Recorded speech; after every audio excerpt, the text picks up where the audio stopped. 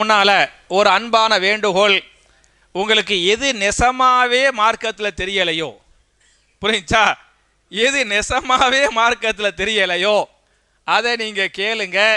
இவனை டெஸ்ட் பண்ணணும் அப்படின்னு கேட்காதீங்க அப்படிங்கிறது ஒரு அன்பான வேண்டுகோள்.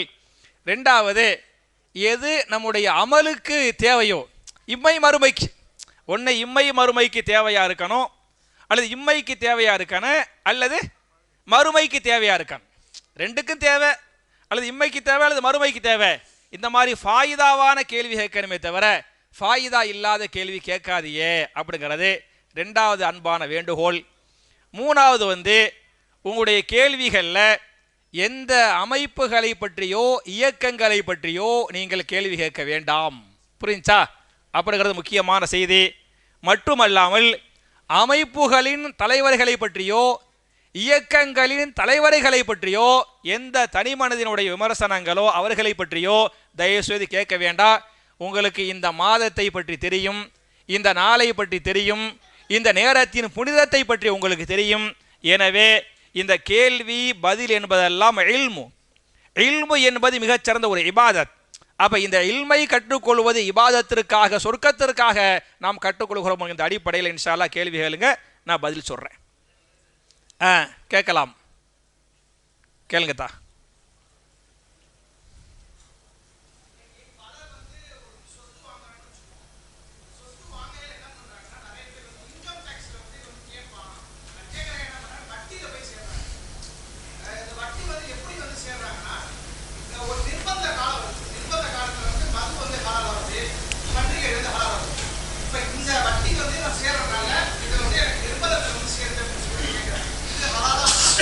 ஓகே நான் இந்த கேள்வி கொஞ்சம் லேட்டாக தம்பி, ஒரு அரை மணி நேரம் கழித்து சொல்கிறேன், சரியா?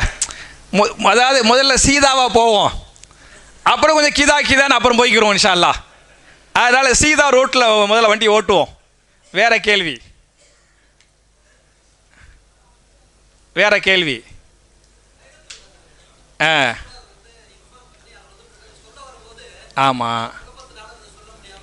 ஆமாம். அதாவது அமைதி தம்பி, உங்கள் கேள்விக்கு பதில் சொல்லுவேன். அங்கிட்டு பேச ப்ளீஸ், நீங்கள் பேசுறது எனக்கு கேட்குது. நல்லா உட்காந்துட்டியலா? ஹயர். அதாவது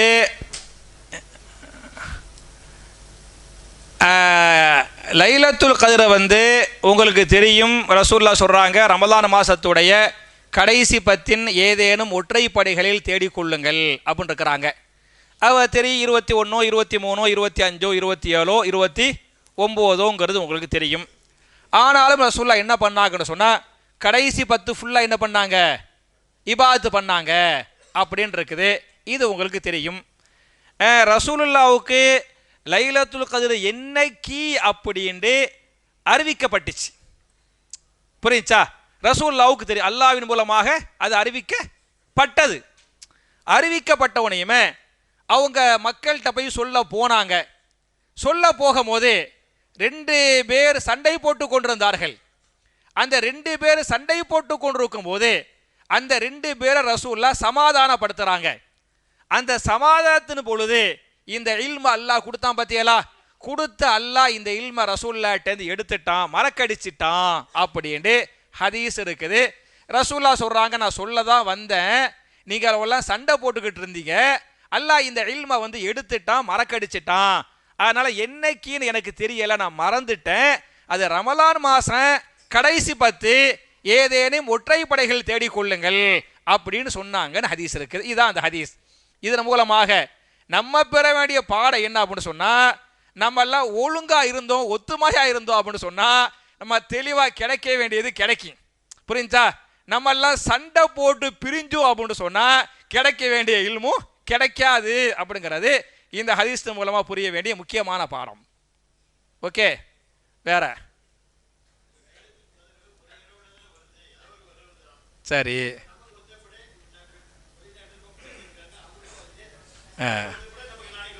சரி, இருக்கும். இது ரசூலுல்லாஹ்வுடைய காலத்திலே பார்த்தீங்களாக்க இது மாதிரிலாம் சஹாபாக்கள் ஒருத்தவங்க ஒரு நாள் முந்தி வச்சாங்க, வெளிநாட்டில் வந்து பிந்தி வச்ச இருக்க தானே செய்யுது, இருக்கும். முதல்ல சீதாவை போகலாமே, உங்களை மாதிரி மக்கள்லாம் இன்னும் பக்காவாக கேட்கணும், அந்த அந்த அதுக்கு தகுந்த மாதிரி கேள்வி கேட்கணும். அது ஃபஸ்ட்டு ஆரம்பிக்கும் போது சீதாவை ஆரம்பிப்போ தான் முறையாக இருக்கும். வேற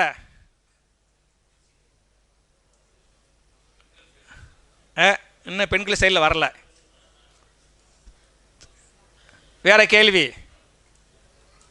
கேளுங்கத்தா.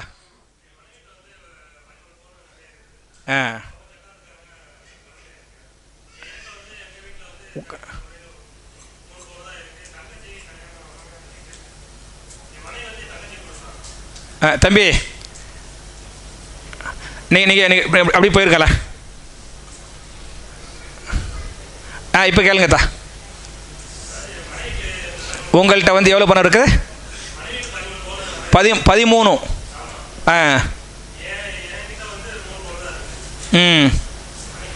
அந்த 13 வந்து அவங்க அம்மா வீட்டில் போட்டது. 3 இருக்குது.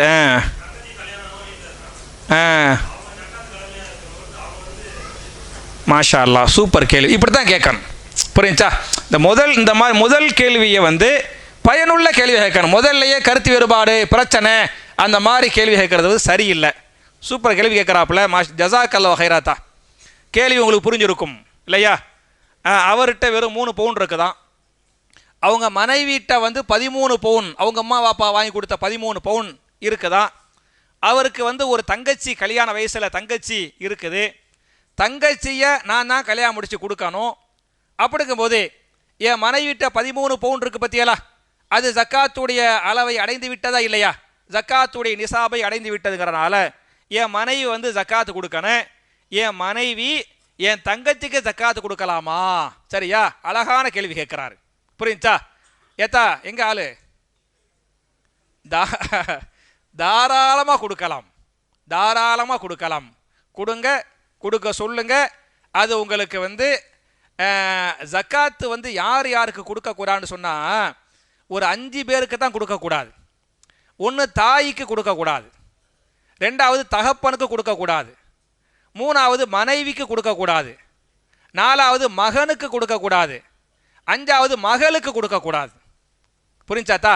பெற்றோர்கள், அப்புறம் பிள்ளைகள், மனைவி, இப்படி ஈஸியாக வச்சுக்கலாம். பெற்றோர்கள், மனைவி, மக்கள், இவங்களுக்கு தான் ஜக்காத்து கொடுக்க கூடாது. வர்ற ஃபஸ்பிர் அல்லாஹ் யஹ்தீக், இன்னும் முடிக்கவே இல்லை, புரியுச்சா? இப்போ உங்களுக்கு வறுமையாக இருக்குது, நீங்கள் ஜக்காத்து வாங்குற அளவுக்கு உங்கள்கிட்ட வசதி வாய்ப்பு கம்மிங்கிற பட்சத்தில் உங்கள் மனைவி உங்களுக்கே ஜக்காத் தரலாம். தெரியுமா? தெரியாதா? அதாவது மாப்பிள்ளைட்ட வந்து வருமானம் கம்மி, ஜக்காத்து வாங்குற அளவுக்கு மாப்பிள்ளை இருக்கிறாரு. மனைவிக்கு வந்து சொத்து ஜாஸ்தி, அவங்க அம்மா வீட்டிலேருந்து வருமானம் என்ன செய்வாங்க, சொத்து கொடுத்துக்கிறாங்க. ஜக்காத்து கொடுக்கக்கூடிய அளவுக்கு அவங்கள்ட்ட சொத்து இருக்கு அப்படின்னு சொன்னால் மனைவி கணவனுக்கே ஜக்காத்து கொடுத்துக்கலாம். அப்படி ஹதீஸ் இருக்குது.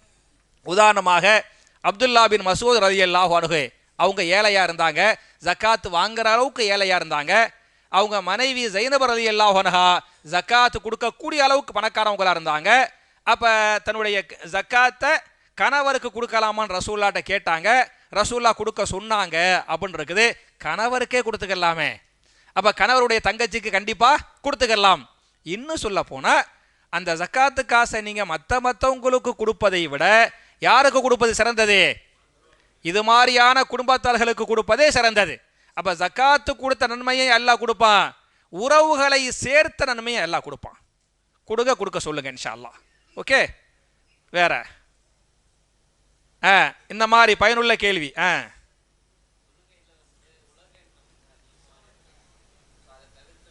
மாஷா அல்லா, ஜஸாக் அல்லா ஹைரா, பாரக் அல்லா ஃபீக்கும். சகோதரர் என்ன கேட்குறாரு அப்படின்னு சொன்னால், தொழுகையில் வந்து அந்த உலக ஞாபகம் அதிகமாக வருது, அந்த இறை ஓர்மை குறையுது, அதுக்கு என்ன செய்யணும் அப்படின்னு கேட்குறாங்க.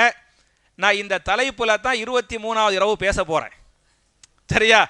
தொழுகையில் வந்து அந்த இறை ஓர்மையோடு, அந்த உள்ளச்சத்தோடு, பயபக்தியோடு, பாய் கூட ஹுஷுனா என்னன்னு பாய் கேட்டார். ஹுஷுனா புரிஞ்சா?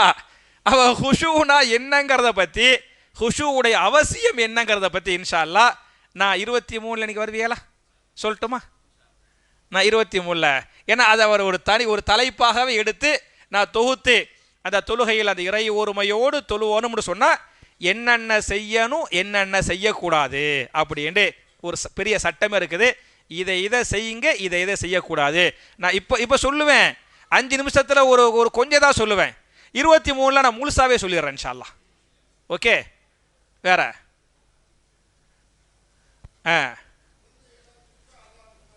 ஆமாம் ஆமாம்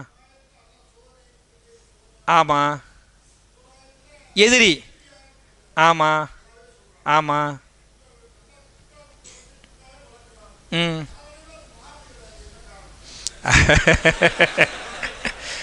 நல்ல கேள்வி நல்ல கேள்வி. பாய் என்ன கேட்குறாங்கன்னா, அல்லாஹ் கொடுத்தது கிஃப்ட்டு, நம்ம நல்லா தான் வளர்க்குறோம், நாளடைவில் அது மாறி போயிடுது அப்படின்ட்டு.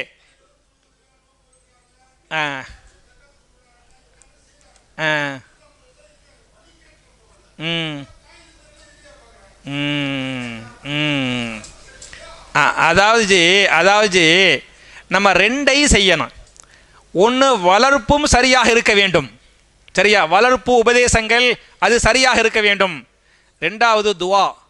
இன்னும் சொல்லப்போனால் துவா தான் ஃபஸ்ட்டு. ரெண்டாவதா என்ன?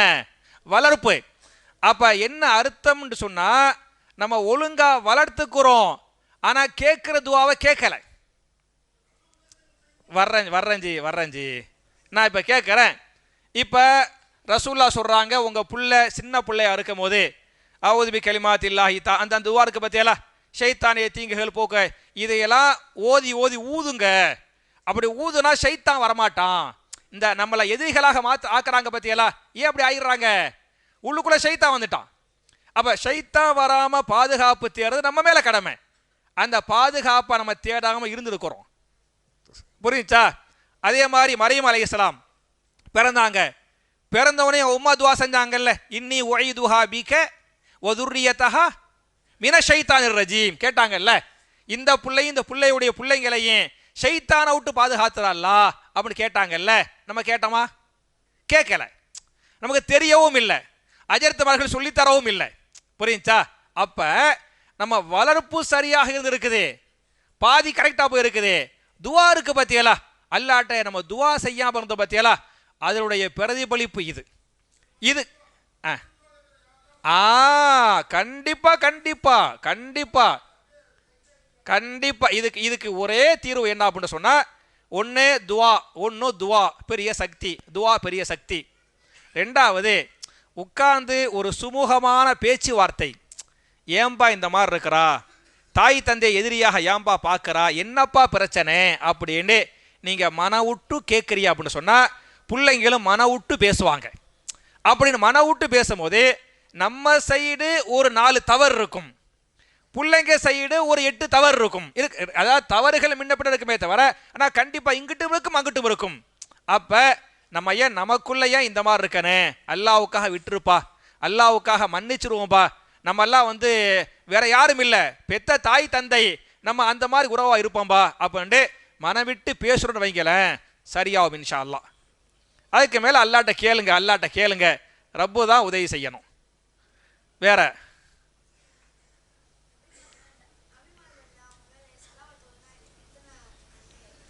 மாஷா அல்லாஹ். ரசூல் ஸல்லல்லாஹு அலைஹி வஸல்லம் உட்கார்மா. ரசூல் ஸல்லல்லாஹு அலைஹி வஸல்லம், நான் கூட ஒரு தலைப்பை இதை பேசலாம் நினைச்சேன். ரசூல்லா மேலே சலவாத்து சொல்லுங்கள் அப்படின்னு ஹதீஸ் இருக்கா இல்லையா? சலவாத்துனா எதா சலவாத்து? 2 தான் சலவாத்து. ஒன்று தரூத இப்ராஹிம், அல்லாஹும்ம சல்லி அலா முஹம்மதின் வாலா அலி முஹம்மதின் கமா சல்லைத்தன்னு சொல்லக்கூடிய தரூத இப்ராஹிம் முதல் சலவாத். ரெண்டாவது ரசூல்லாவுடைய பேரை கேட்டால் சொல்கிறோம் பற்றியலா, ஸல்லல்லாஹு அலைஹி வஸல்லம், இது சலவாத். இந்த 2 தான் சலவாத். இந்த 2ஐ தவிர 3வது சலவாத் மார்க்கத்தில் இல்லை. சில பள்ளிகளில் பார்த்தீங்களாக்க ஸல்லல்லாஹு அலா முஹம்மது ஸல்லல்லாஹு அலைஹி வஸல்லம், ஸல்லல்லாஹு அலா முஹம்மது ஸல்லல்லாஹு அலைஹி வஸல்லம், ஸல்லல்லாஹு அலா முஹம்மது யா ரப்பி ஸல்லி அலைஹி வஸல்லம் அப்படின்னு கேட்குறாங்கல்ல. இந்த சலவாத் ரசூல்லாவுக்கு தெரியாது. புரிஞ்சா? குர்ஆன்ல எங்கேயுமே இல்லை, ஹதீஸில் எங்கேயுமே கிடையாது. அதனால ஜஸாக்கல்லாஹ் ஹைரமா. அதனால சலவாத்துன்ற உதாரணமாக தொழுகை அத்தஹியாத்தில் சலவாத்து ஓதுங்கள் இருக்குது. ஜனாசா தொழுகையின் 2வது தக்பீருக்கு பிறகு சலவாத்து ஓதுங்கள் ஹதீஸ் இருக்குது. துவாவுக்கு முன்னால் சலவாத்து ஓதுங்கள் ஹதீஸ் இருக்குது. துவாவுக்கு பின்னால் சலவாத்து ஓதுங்கள் ஹதீஸ் இருக்குது. வெள்ளிக்கிழமைகள் அதிகமாக சலவாத்து ஓதுங்கள் அப்படின்னு இருக்குது. அந்த சலவாத்துன்னு எங்கெல்லாம் வருதோ எல்லா இடத்துலையும் ஓத வேண்டிய சலவாத்து என்ன? தரூதே இப்ராஹிம். அந்த சலவாத்தை நீங்கள் ஒரு முறை ஓதினால், அந்த சலவாத்தை நீங்கள் ஒரு முறை ஓதினால் 10 தடவை அல்லாஹ் உங்கள் மீது அருள் புரிவான். 10 தடவை அல்லாஹ் உங்கள் மீது அருள் புரிவான் அப்படின்னு ஹதீஸ் வருது. சலவாத்துங்கிறது நம்ம ரசூலுல்லாவுக்காக கேட்கக்கூடிய துவா, அப்படிதானே? சலவாத்துனா என்ன? துவா. சலவாத்துக்கு பல அர்த்தம் இருக்கு. சலவாத்துங்கிற வார்த்தைக்கு பல அர்த்தம் இருக்குது. ஒரு அர்த்தம் சலவாத்து என்று சொன்னால் தொழுகைகள். சலவாத்துனா என்ன? தொழுகை ஒரு அர்த்தம். இன்னொரு அர்த்தம் சலவாத்து என்று சொன்னால் துவா செய்தல், 2வது அர்த்தம். 3வது அர்த்தம் சலவாத்து என்று சொன்னால் ரசூலுல்லாஹ் மீது சலவாத்து சொல்லுதல், 3வது அர்த்தம். 4வது சலவாத்து என்று சொன்னால் அல்லாஹ்வுடைய மன்னிப்பு, அல்லாஹ்வுடைய மன்னிப்பு என்று பொருள். இப்போ சலவாத்துக்கு 4 அர்த்தம் இருக்குது. அப்போ நம்ம சொல்லக்கூடிய சலவாத்துங்கிறது இந்த ரசூலுல்லாஹ்வுக்கு துவா செய்கிறோம் பற்றியெல்லாம், யா அல்லாஹ் அவங்களுக்கும் உடைய குடும்பத்தார்களுக்கு நீ அருளும் புரிவாயாக பரக்கத்தும் செய்வாயாக கேட்கணும் பற்றியெல்லாம். அப்படி அதிகமாக கேட்கணும். அப்படி கேட்டால் நமக்கு அல்லாஹ் 10 முறை அருள் புரிவான் அப்படின்னு ஹதீஸ் இருக்கு. சரியா? வேற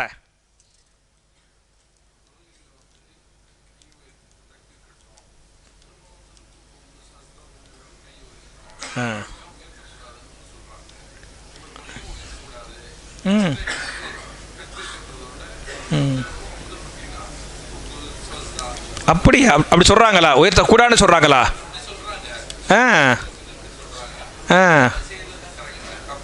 நல்ல கேள்வி. என்ன கேட்குறாங்கன்னா, நம்ம தொழுகையில் இந்த கையை உயர்த்துகிறோமா இல்லையா? 4 நேரங்களில் கைகளை உயர்த்துவோம். ஒன்று, தொழுகையை ஆரம்பிக்கும் போது அல்லாஹு அக்பர் கை உயர்த்துவோமா?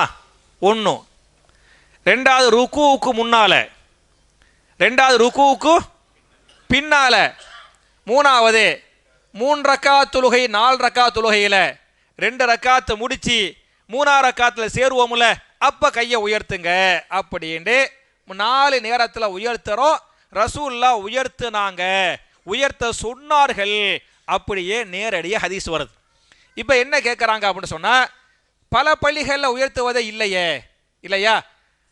உயர்த்த வேண்டாமடே சொல்கிறாங்களே, அப்போ உயர்த்துவது சரியா உயர்த்தாமல் இருப்பது சரியா அப்படி கேட்குறாங்க. உயர்த்துவதே சரி. ரசூல் ஸல்லல்லாஹு அலைஹி வஸல்லம் தெளிவாக சொல்கிறாங்க, சல்லு கமார் ஐத்துமூனி உசல்லி. அவங்க தொழுது காட்டி விட்டு சொல்கிறாங்க, என்னை எவ்வாறு நீங்கள் தொலை கண்டீர்களோ அவ்வாறே நீங்கள் தொழுவுங்கள் அப்படின்ட்டாங்க.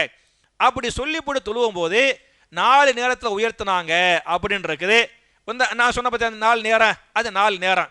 நான் வேணா உங்களுக்கு இன்ஷா அல்லாஹ் 23ல் புகாரியுடைய நம்பரோடு, ஏன்னா மாஷா அல்லாஹ் இவங்கெல்லாம் டக்குன்னு பார்த்துருவாங்க, அந்த நம்பரை சொன்னால் நீங்கள் டக்குன்னு பார்த்துருவீங்க. அந்த நம்பரோடு இன்ஷா அல்லாஹ் வர்றேன். அந்த புகாரி நம்பரு ஹதீஸை படித்தா நமக்கு இன்னும் ஞானம் கிடைக்கும், நம்பிக்கை கூடும். ப்ளஸ் அதை வச்சு அவங்கள்ட்ட காட்டலாம், எப்போ அப்படியா ஹதீஸ் புகாரிலேயே ஹதீஸ் வருது, ரசூல்லாவே கையை உயர்த்தினாங்களே, உயர்த்த சொன்னாங்களே அப்படின்னு இருக்குது. இன்னும் சொல்ல போனால் இமாம் புகாரி ஒரு கிதாப் போட்டிருக்கிறாங்க, கிதாபு ரஃபில் எதையின், தொழுகையில் கைகளை உயர்த்துவது சம்பந்தமான பாடம். கையை உயர்த்துற பற்றியெல்லாம் அது சம்பந்தமான பாடம் அப்படின்ட்டு ஒரு பாடத்தையே போட்டு ஒரு புஸ்தகமே இமாம் புகாரி எழுதிக்கிறாங்க. அதனால் உயர்த்துவதான் கரெக்டு, ரசூல்லா உயர்த்தினாங்க. நான் ஆதாரம் நம்பர்கள் இன்ஷா அல்லாஹ் அடுத்த ஒத்தப்படையில் தர்றேன் இன்ஷா அல்லாஹ். வேற கேளுங்க.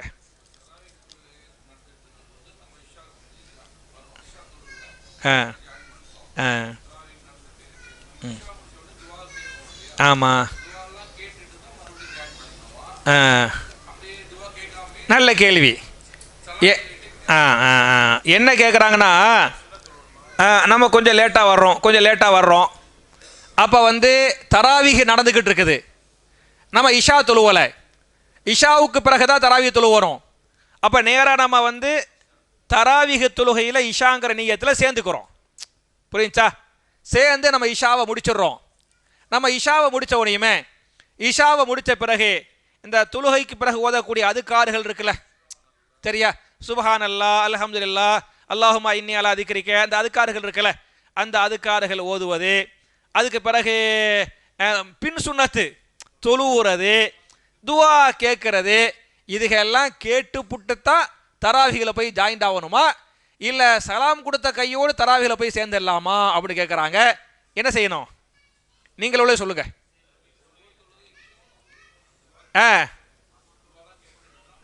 அதாவது அது நீங்கள் வந்து இந்த இமாம் ஜமாத்தோடு சேர்ந்து தொழுது இல்லை, அதில் தான் அதெல்லாம் கேட்கணும்.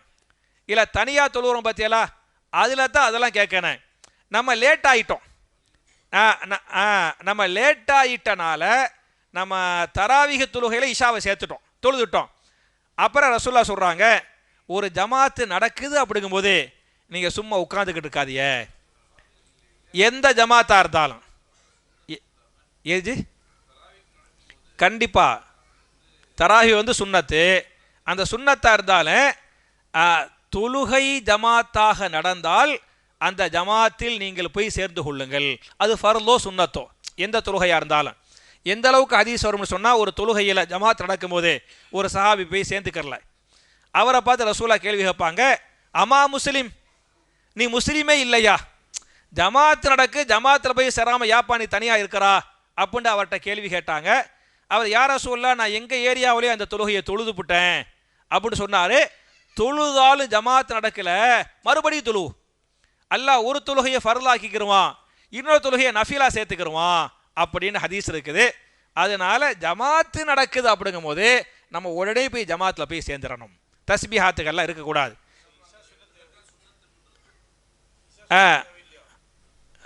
சுன்னத்துக்கெல்லாம் டைம் இல்லையே. நீங்கள் இவ்வளவு கரெக்டாக அந்த அதுக்கார்கள் நான் ஓதனேன், பின் சுன்னத்து நான் தொழுவோனேன், சரியா? ஏன்னா உறவு கேட்குறாங்கல்ல, அப்படிங்கிறவங்க என்ன செய்யணும் அப்படின்னு சொன்னால், நம்ம சீக்கிரம் வந்துடணும். வரலாம். அப்படிங்கும் போது நமக்கு அந்த நீயத்து இருக்கு பற்றியெல்லாம், நீயத்து இருக்குல்ல, நம்ம அந்த அதுக்கார்கள் ஓதனேன், சுன்ன தொழுவோம், அந்த நீயத்து இருக்குல்ல, அந்த நீயத்துக்கே அல்லாஹ் கூலி கொடுப்பான். நீயத்துக்கே அல்லாஹ் கூலி கொடுப்பான். ஒரு ஹதீஸ் வருது, நீங்கள் ஆரோக்கியமாக இருக்கும் போது அமல்கள் செஞ்சீங்க, அல்லாஹ் நவது பில்லாஹி மின்ஹா ஆரோக்கியத்தை பறிச்சிட்டான், நோயாளியாக போயிட்டிய, அந்த அமல்கள் செய்ய முடியவில்லை என்று சொன்னால் அல்லாஹ் என்ன தெரியுமா செய்வான்? என்ன செய்வான்? ஆரோக்கியமாக இருக்கும்போது அமல்கள் செஞ்சார்ல, அந்த நன்மைகளை எல்லாம் நோயாளியான பிறகு செய்யாமல் இருக்கிறார்ல, அவர் அந்த அமல்கள் செஞ்ச மாதிரி அல்லாஹ் நன்மை எழுதுவான் அப்படின்னு ஹதீஸ் இருக்குது. அதே மாதிரி நீங்கள் உள்ளூரில் இருக்கும்போது நிறைய அமல்கள் செய்வீங்க, சரியா? பிரயாணம் செய்யும் போது அமல்கள் குறையும். அப்போ அல்லாஹ் என்ன செய்வானா அப்படின்னு சொன்னால், இந்த பிரயாணத்தில் அமல்களை குறைச்சார்ல, அந்த அமல்கள் அல்லாஹ் எழுத மாட்டானா. இந்த உள்ளூரில் நிறைய அமல்கள் செஞ்சார்ல, அந்த அமலை பிரயாணத்தில் செய்யாமல் இருக்கிறாரே, அதுக்கு அல்லாஹ் சேர்த்து எழுதுவான். அல்லாஹ் எதைத்தான் பார்ப்பான்னு சொன்னால், எதை பார்ப்பான்? நீயத்தை தான் பார்ப்பான் அப்படின்னு ஹதீஸ் இருக்குது. அப்போ அந்த அதுக்கார்கள் ஓதணும், பின்னு சுன்னத்து தொழுவணும், அந்த அந்த அந்த அந்த ஆர்வம், அந்த நீயத்து இருக்கு பற்றியெல்லாம், அதுக்குண்டான கூலி அல்லாஹ் கண்டிப்பாக தருவான். சரியா ஜி? ஹயர். பெண்களுக்குரிய சில கேள்விகள் சொல்லுங்க ஜி.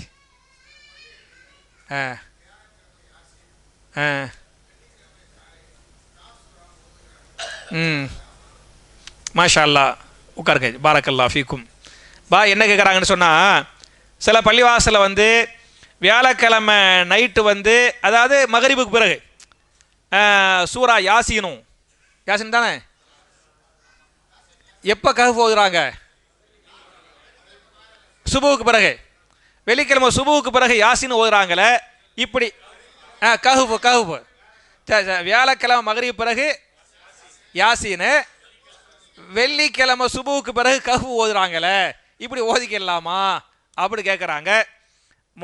முதல் கேள்விக்கு நான் ரெண்டாவது பதில் சொல்கிறேன், சரியா? இந்த வெள்ளிக்கிழமை சுபுவுக்கு பிறகு கஹ்ஃப் ஓதுறாங்க பற்றியலா, என்ன ஹதீஸ் வரும்னு சொன்னால், வெள்ளிக்கிழமை நீங்கள் கஹ்ஃப் ஓதுங்கள் அப்படின்னு ஹதீஸ் இருக்குது, சரியா? அதை வந்து இமாம் ஓதி நீங்க கேட்டா மட்டும் பத்தாது, நம்ம ஓதணும். கரெக்டான வார்த்தை புரிஞ்சா? இமாம் ஓதி அது கேட்கறது மட்டுமல்ல, அது ஞாபகம் ஊட்டுறாரு. வெள்ளிக்கிழமை வந்துருச்சு, சூத்துல கஹ்ஃப் ஓதுனு அப்படின்னு இமாம் ஞாபகம் ஊட்டுறாரு. அதையும் நீங்க கேளுங்க, தப்பு இல்லை, கேளுங்க. கேட்டு புட்டு வீட்டுக்கு வந்து அன்னைக்கு மகரிபுக்குள்ள நம்ம என்ன செய்யணும்? சூரத்துல கஹ்ஃபை ஓதணும். யாரு வெள்ளிக்கிழமை சூரத்துல் கஹ்ஃபை ஓதுறாங்களோ அவங்களுடைய ஒரு வார பாவங்களை அல்லாஹ் மன்னிக்கிறான். ஒரு ரிவாயத்து 10 நாட்கள் பாவத்தை அல்லாஹ் மன்னிக்கிறான். இன்னொரு ஹதீஸ். அப்ப வெள்ளிக்கிழமை கஹ்ஃபை கேட்பது மாத்திரம் பார்த்தாது, என்ன செய்யணும்? சூரத்துல் கஹ்ஃபை நம்ம ஓதணும். புரிஞ்சா? இது முதல் செய்தி. ஓதலாம் ஓதலாம் ஓதிக்கலாம். மொத்த வெள்ளிக்கிழமை அன்னைக்கு அந்த அவங்க கேட்டதுக்காக சொல்ல வர்றேன், அந்த டயத்துக்காக சொல்ல வர்றேன்.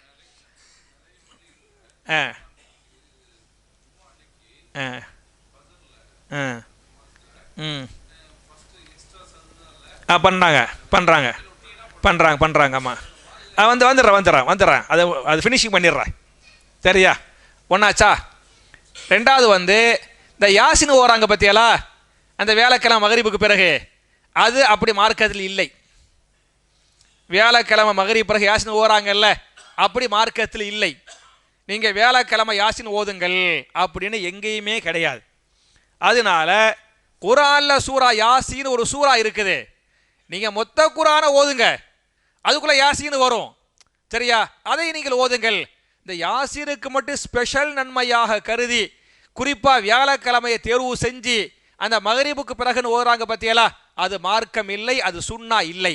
ரசூல் ஸல்லல்லாஹு அலைஹி வஸல்லம் 23 வருஷம் நபியா இருந்தாங்கல்ல, என்னைக்காவது ஒரு தடவை அவங்க வந்து வியாழக்கிழமை மகரிபை தொழு வச்சுட்டு சூரா யாசின் ஓதினார்கள் அப்படின்ட்டு ஓதுறாங்கல்ல அஜரத்து, அந்த அஜரத்தை கேட்டு பாருங்க. குரான்ல அப்படி எங்கேயுமே இல்லை. புரிஞ்சா? ஹதீஸ்ல எங்கேயுமே இல்லை. நம்ம எல்லாம் முஸ்லிம்னா என்ன அர்த்தம்? அல்லாஹ்வுக்கு அல்லாஹ்வுடைய ரசூலுக்கு கட்டுப்படக்கூடியவன். நம்ம சொன்ன கலிமா லா இலாஹ இல்லல்லாஹ் முஹம்மது ரசூலுல்லாஹ், லா இலாஹ இல்லல்லாஹுக்குள்ளேயும் அது இல்லை. புரிஞ்சா? முஹம்மது ரசூலுல்லாஹுக்குள்ளேயும் அது இல்லை. அப்ப இல்லை என்கிற பொழுது அது மார்க்கத்தில் இல்லை, எனவே கூடாது. சரியாஜி? ஓகே மியா ஹலாஸ்.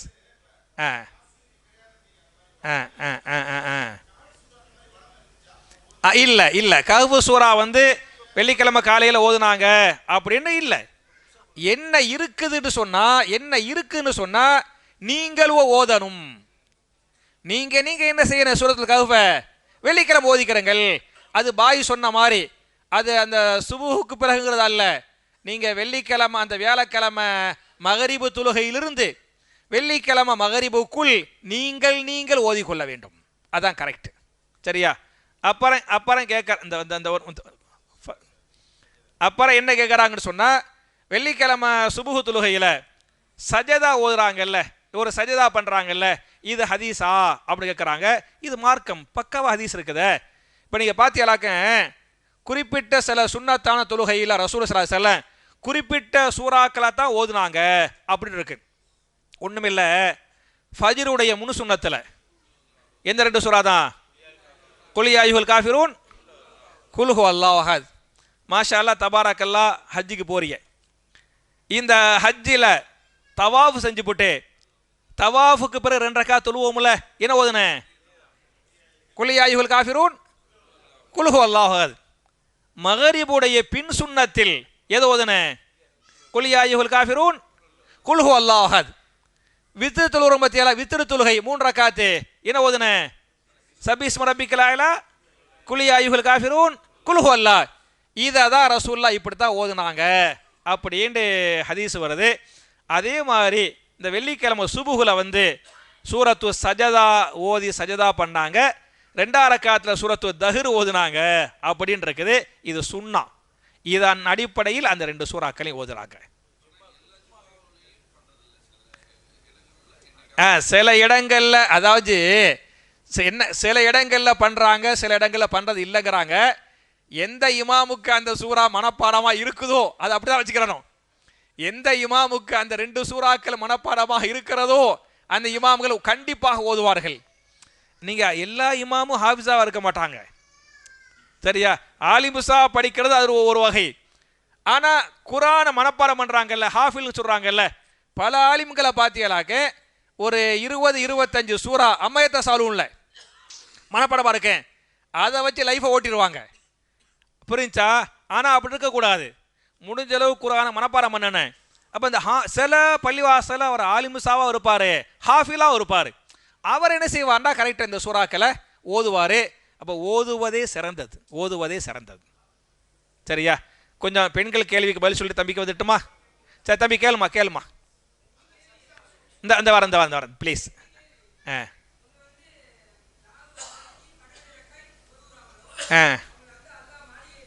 ஆமாம் ஆமாம் ஆமாம் ஆமாம் ஜும்மாவுக்கு ஆமாம் ஆமாம் ஆமாம் நல்ல கேள்வி, சூப்பர் கேள்வி, சரியா தம்பி? உங்கள் ஒரு கேள்விக்கு இப்போ பதில் சொல்லிவிட்டு பெண்களுடைய கேள்விக்கெல்லாம் பதில் சொல்லிவிட்டு உங்கள் கேள்வி சொல்லுவேன், பதில் சொல்லுவேன், புரியுதா? அதை லாஸ்ட்டாக சொல்லுவேன் இன்ஷா அல்லாஹ். என்னத்தா?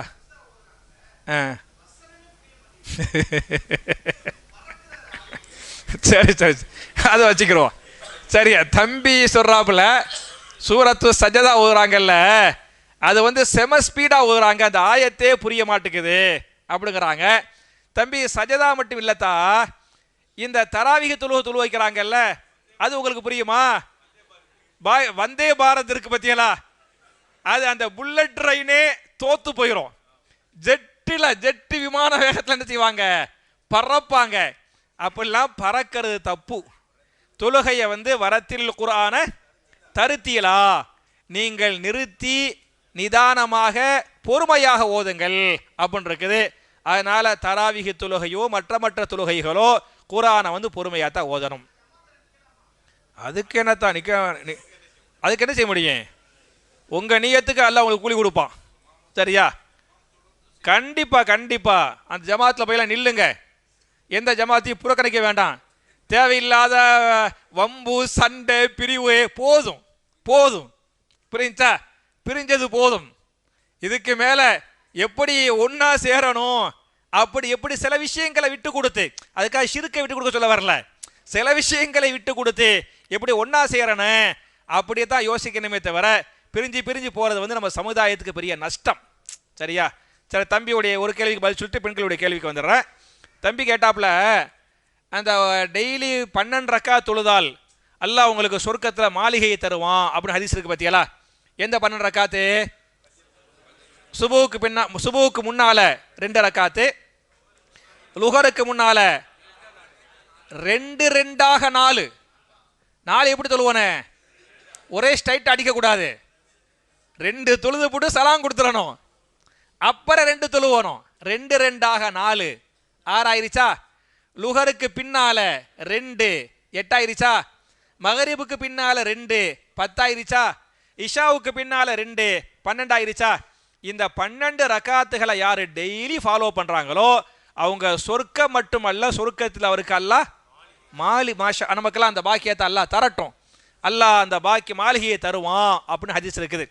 தம்பி கேட்குறாப்புல, நான் டெய்லி தொழுவுறேன், வெள்ளிக்கிழமை ஜும்மாவில் மட்டும் நம்ம 2 ரக்காத் தொழுவிட்டு உட்காந்துடுறோமே, அந்த லுஹருடைய முந்திய 4 ரக்காத்து தொழுவ முடியலையே, அடி வாங்கிறத, அப்போ என்ன பண்ணுறது அப்படின்னு கேட்குறாங்க. தம்பி வெள்ளிக்கிழமை மட்டும் உங்களுக்கு ஸ்பெஷல் சலுகை, சரியா? அல்லாஹ் கொடுத்த சலுகை, அல்லாஹ்வுடைய ரசூல் கொடுத்த சலுகை. நான் கேட்குறேன், லுஹருக்கு 4 ரக்காத் தொழுவுறோம் அப்படிதானே? இந்த லுஹர் வக்தில் லுஹருக்கு பகரமாக தான் ஜும்மா தொழுவுறோம் அப்படித்தானே? பேசாமல் ஜும்மா வையும் லுஹர் மாறி 4 ரக்காத்து தொழுதுடலாமா? தொழுவக்கூடாதானே? ரசூல்லா ஜும்மாவை 2ஆக தானே தொழுதாங்க, அப்படித்தானே ஹதீஸ் இருக்குது. அதே மாதிரி இந்த ஜும்மாவுடைய முன்னாள் தொழுவு இருக்கு பத்தியலா, அதில் இமாம்களுக்கு மத்தியில் கருத்து வேறுபாடு, அது சுன்னத்தா அது தஹியத்துல் மஸ்ஜிதா அப்படின்னு கருத்து வேறுபாடு இருக்குது. மொத்தத்தில் முன்னால் தொழக்கூடிய ஜும்மாவுக்கு முன்னால் தொழக்கூடிய தொழுகையில் ரக்காத் எண்ணிக்கை இல்லத்தா. நீங்கள் 2 இல்லை, 2 ஹதீஸ் இருக்குது இல்லை. ரக்காத் எண்ணிக்கை நீங்கள் 2ஆக தொழுவலாம், 4, 6, 8, 10 2 2ஆக எத்தனையும் தொழுது கொள்ளலாம். குறைந்தது 2. குறைந்தது என்ன? 2. மட்டுமல்லாமல் நீங்க வரும்போது என்னப்பா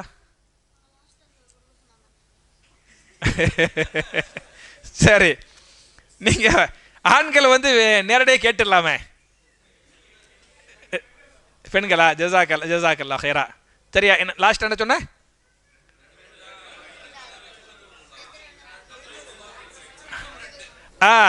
நீங்க ஜஸாக்கல்லா ஹைரா, நீங்க வரும்போது இமாம் வந்து ஹுத்பா பண்ணிக்கிட்டு இருக்கிறாரா அப்படின்னு சொன்னா என்ன செய்யணும்? 2 தான் சொல்லுவோம். அதனால ஜும்மாவுக்கு மட்டும் ஸ்பெஷல் சலுகை அது.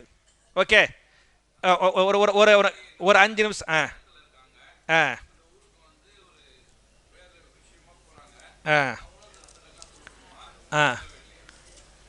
அதாவது பிரயாணத்தில் வந்து சுன்னத்தெல்லாம் கிடையாது.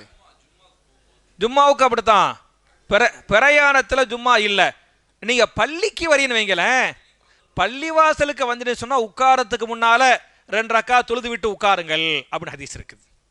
2 ரக்கா தொழுதா உட்காரணும். எந்த பிரயாணத்திலேயோ உள்ளூர்லையோ எங்கேயா இருந்தாலும் 2 ரக்காத்து கண்டிப்பாக தொழுவோம். ஹைர், எனக்கு ஒரு 5 நிமிஷம் அந்த பெண்களுடைய கேள்விக்கு நான் பதில் சொல்லிடுறேன். பெண் குழந்தையை சரியான முறையில் வளர்த்து நிகா செய்து வைத்தால் சொர்க்கம் கிடைக்கும். ஆனால் சாலிஹாகன வளர்த்து கல்யாணம் வயதில் பெற்றோர் விருப்பமில்லாமல் வேறு ஒருவரை விரும்பி பின் பெற்றோரை பிரிந்து அவருக்கு விருப்பமான முறையில் திருமணம் செய்தால் பெற்றோருக்கு சொர்க்கம் கிடைக்குமா?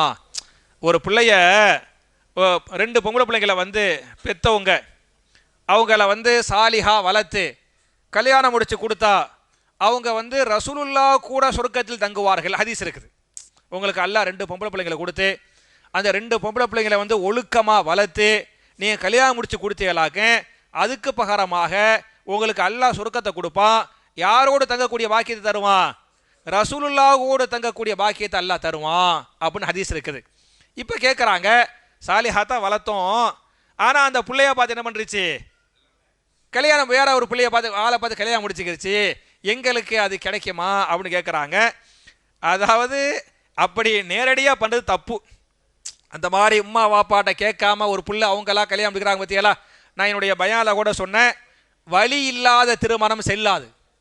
வழினா என்ன? பெண்ணுடைய பொறுப்பு. அது வக்கீல் சொல்லுவாங்கல்ல, வக்கீல் இல்லாமல் ஒரு பெண் திருமணம் செய்தால் அந்த திருமணமே செல்லாது அப்படின்னு நேரடியாக ஹதீஸ் இருக்குது. அப்படிலாம் ஒரு புள்ள வந்து பண்ணக்கூடாது. அது பெரிய ஒரு தப்பு. அதையும் தாண்டி நம்ம எவ்வளவுதான் பொத்தி பொத்தி வளர்த்து ஒரு புள்ள அப்படி போயிருச்சு அப்படின்னு சொன்னால் நம்ம வளர்த்தோம் பற்றியலா, நம்ம முயற்சி பண்ண பற்றியலா, அந்த நீயத்து அந்த கஷ்டம் அது ரப்புக்கு தெரியுமில்ல. அது ரப்புக்கு தெரிஞ்சு அதுக்குண்டான கூலி அல்லாஹ் நமக்கு தருவான். அல்லாஹ் வந்து விசாலமானவன், தாராளமானவன். இந்த ப்ளீஸ்ப்பா இந்த ஒரு 5 நிமிஷம் வர்ற நாம் நோன்பு திறக்கும் போது ஒலு செய்துவிட்டு நோன்பு திறந்து சாப்பிட்ட பிறகு அப்படியே மகரிபு தொலை செல்லலாமா? அதாவது நோன்பு திறக்கிறதுக்கு முன்னால் ஒலு செஞ்சிடறாங்க, ஒலு செஞ்சுட்டு நோன்பு திறக்கிறாங்க, சாப்பிட்றாங்க. அதே ஒலுவில் மகரிபு தொழுவலாமா அப்படி கேட்குறாங்க. தாராளமாக தொழுதுக்கலாமே, அப்படிலாம் இல்லை, அப்படிலாம் கிடையாது. அவங்களுக்கு தெரியாமல் இருக்கும். சரி, அப்போல்லாம் அவங்களுக்கு தெரியலை, புரியாச்சு. ஒருத்தர் நோம்பு ஒலு செஞ்சாங்க ஜி, ஒலு செஞ்சுட்டு வடை சாப்பிட்டாங்க, ஜூஸு குடித்தாங்க, நோம்பு கஞ்சி குடித்தாங்க, சரியா? அப்படி பண்ணாங்க. பண்ணிவிட்டு நீங்கள் என்ன செய்யுங்கன்னா அப்படியே டைரெக்டாக போயிடாம அவங்க சொன்ன மாதிரி வாயு கொப்பளிச்சிருங்க. போய் வாயை கழுவி வாயை கொப்பளிச்சு போட்டு என்ன செய்யுங்க, அப்படி போய் தொழுவுங்க. தாராளமாக அந்த தொழுகை கூடும். அந்த தொழுகை வந்து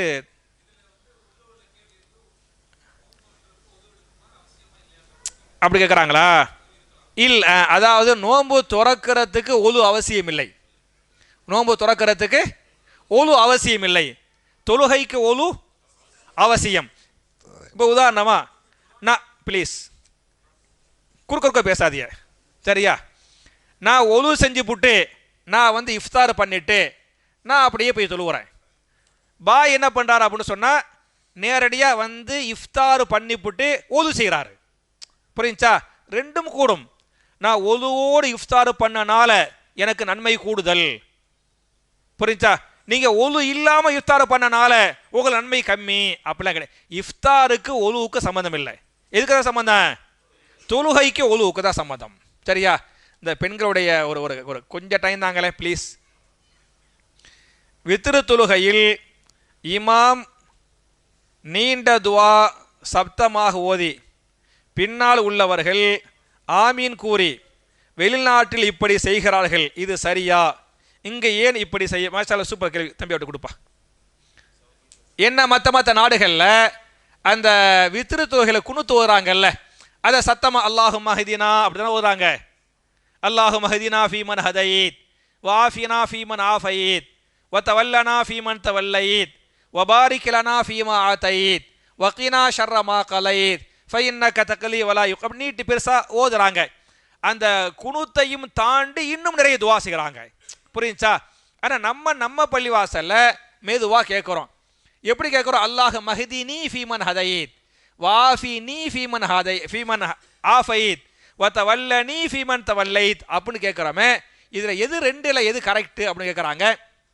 ரசூல் ஸல்லல்லாஹு அலைஹி வஸல்லம் இந்த மாதிரி குனுத்தில் வந்து சத்தமாக ஓதி சஹாபாக்கள் ஆமீன் சொன்னார்கள் அப்படின்ட்டு எங்கேயுமே ஹதீஸ் இல்லை. சரியா? எங்கே செஞ்சாலும் எந்த ஊரில் இந்த நாட்டில் செய்கிறாங்களே அந்த பள்ளிவாசல்லையே பண்ணுறாங்களே, எந்த நாட்டில் செஞ்சாலும் நம்ம மார்க்க வந்து நீங்கள் சவுதி அரேபியாவை பின்பற்றுங்கள் அப்படியே சொல்லுது இல்லை. அந்த நாட்டுடைய சட்டம் அப்பப்போ மாறும். ஆனால் குர்ஆன் சட்டம் மாறாது, ஹதீஸ் சட்டம் மாறாது. ஒன்றுமில்லை, இந்த 20 ரக்காத்துக்கு வந்து இவ்வளவு காலம் என்ன கேட்டாங்க அப்படின்னு சொன்னால், நீங்கள் வந்து காபாவில் 20 ரக்காத் தொழுவுறாங்களே கேட்டாங்கல்ல.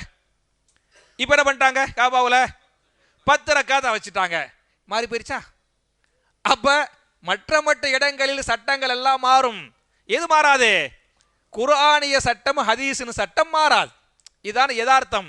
அப்போ ரசூல் ஸல்லல்லாஹு அலைஹி வஸல்லம் வந்து இதை சத்தமிட்டு ஓதியதாக, குனுத்தை சத்தமிட்டு ஓதியதாக, சஹாபாக்கள் சத்தமிட்டு ஆமீன் சொன்னதாக எங்கேயுமே ஹதீஸ் இல்லை. எனவே நாம் செய்வது இல்லை. சரியா? மெதுவாத்தான் குனுத்து. அதான் இப்போ நம்ம பள்ளியாசம் மெதுவாக ஓதுவோம். மக்கள் ஆமீன் அப்படின்னு சொல்லுவாங்களோ? கேட்குறாங்க. ரசூலுல்லாஹ் சத்தமா ஓதியதாக இல்லை. குனுத்து ஓதுனாங்க, ஓத சொன்னாங்க, சஹாபாக்களை கற்றுக் கொடுத்தாங்க, அப்படித்தான் இருக்கே தவிர சப்தமிட்டு ஓதினார்கள் அப்படின்னு எங்கேயுமே இல்லை. இருக்கலாம். அது கத்துக்கிறதுக்காக நீங்க சத்தமா ஓதுவதை விட ஹதீஸை எடுத்து கொடுத்த இந்த கிதாபில் இந்த நம்பர்ல இந்த ஹதீஸ் இருக்குது, இந்தாங்க நீங்க கத்துக்கிறங்க, அதான் முழுமை பெறும். சரியா? அதெல்லாம் நடக்காது. அதெல்லாம் நான் கேட்குறேன், சஜதா திலாவத்து துவா இருக்கு பத்தியலா?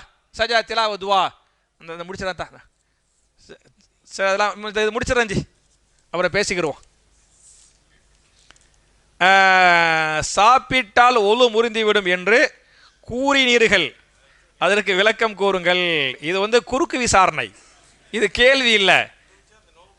இதை வச்ச கேட்டிருக்கிறேன் நினைக்கிறேன். நான் சொன்னல ஒரு பயான்ல ஒரு ஹதீஸ் வருது, சமைத்த உணவை சாப்பிட்டால் நோன்பு முறிந்து விடும் ஒரு ஹதீஸ். இன்னொரு ஹதீஸில் சமைத்த ஒழு சமைச்சதையோ சமைக்காத எதை சாப்பிட்டால் நோன்பு முறிஞ்சு போயிடும். சரியா? நம்ம ஒழுவ பேசுறோம். இல்லை ஜி, டெஸ்ட் பண்ணிக்கிட்டேன். நீங்க எல்லாம் கேட்குறீங்களா? அதுக்கு ஒரு டெஸ்ட். இது சமைத்த உணவை சாப்பிட்டால் ஒழு முறிந்து விடும் அப்படின்னு ஒரு ஹதீஸ்.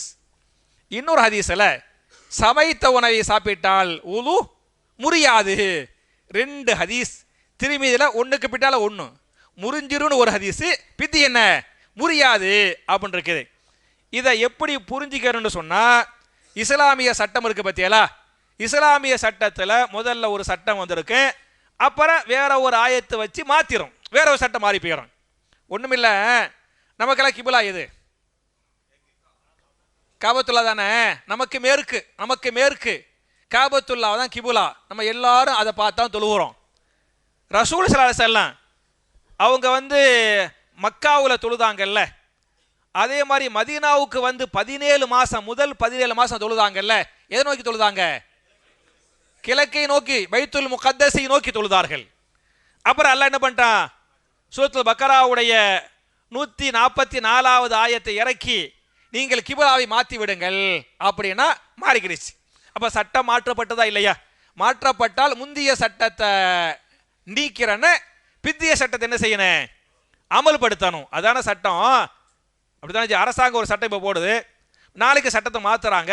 எதை ஃபாலோ பண்ணுவோம்? பிந்திய சட்டத்தை தான் ஃபாலோ பண்ணுவோம். அதே மாதிரி அல்லாஹ் என்ன பண்ணுவோம் அப்படின்னு சொன்னால், அல்லாஹ்வுக்கு மனசனை பற்றி தெரியும். உடனே ஃபுல் டோஸு கொடுக்கக்கூடாது, கொஞ்சம் கொஞ்சமாக தான் கொடுக்கணும் அப்படின்ட்டு முதல்ல அல்லாஹ் சொன்னால், இந்த குடி இருக்குது பற்றியெல்லாம், குடி சாராயம், சாராயத்தை பற்றி அல்லாஹ் சொல்லும்போது, சாராயத்தில் நன்மையும் இருக்கிறது, அதுக்காக பண்ணக்கூடாது, சரியா? பண்ண மாட்டோம்.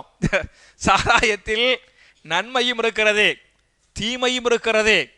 தீமை என்பது நன்மையை விட பயங்கரமானது, பெரிய தீமை அப்படின்னு முதல்ல அல்லாஹ் சொல்லிட்டான். அப்புறம் கொஞ்ச நாள் கழிச்சு அடுத்த ஒரு ஆயத்தை அல்லாஹ் இறக்குறான். ஈமான் கொண்டவர்களே, நீங்கள் சாராயம் குடித்து விட்டு போதையில் இருக்கும்போது பள்ளிவாசலுக்கு செல்ல வேண்டாம். அப்போ அடிக்கலாம், பள்ளிக்கு தான் போகக்கூடாது, புரிஞ்சா? அப்படி கொஞ்ச நாள் சட்டம் இருந்துச்சு. அப்புறம் சட்டம் மாறுனுச்சு.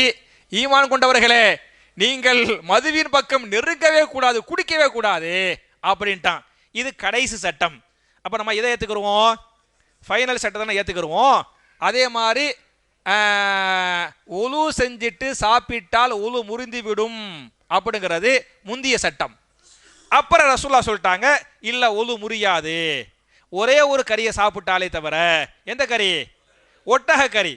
ஒட்டக கறியை சாப்பிட்டா தான் ஒலு முறியும்.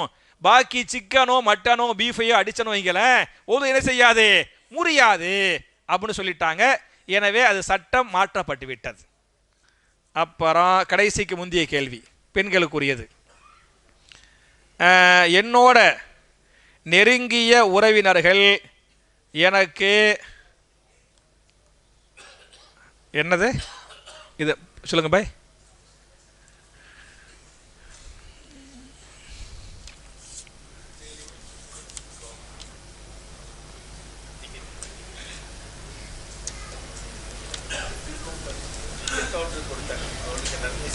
என்ன கொடுத்தாங்களா?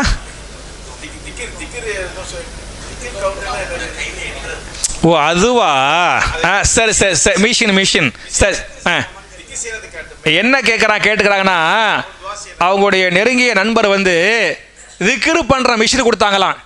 டக்கு டக்கு டக்கு சுபஹானல்லாஹ் சுபஹானல்லாஹ் சுபஹானல்லாஹ் அப்படின்னு மிஷின் இருக்கா இல்லையா? அது என்ன மிஷின் தெரியுமா? என்ன மிஷினு? ஃப்ளைட்டில் எண்ணுவாங்கல்ல, அந்த ஃப்ளைட்டில் அந்த அந்த பொண்ணுகள் இருக்கவாங்கல்ல, அந்த பொண்ணுகள் கையில் மாட்டிக்கிறங்க. கையில் மாட்டிக்கிட்டு பார்த்தது இல்லையோ? நான் நிறைய பார்த்துக்கிறேன், சரியா? அந்த பொண்ணுகள் கையில் மாட்டிக்கிட்டு, சரியா, அப்படி என்றது. அதாவது கரெக்டாக எல்லா பிரயாணிகளும் வந்துட்டாங்களா அப்படின்ட்டு கவுண்ட் பண்ணி கரெக்டாக ரிப்போர்ட் பண்ணுற ஒரு மிஷின். அப்படி ஒரு குட்டி மிஷின் வச்சுக்கிறாங்க.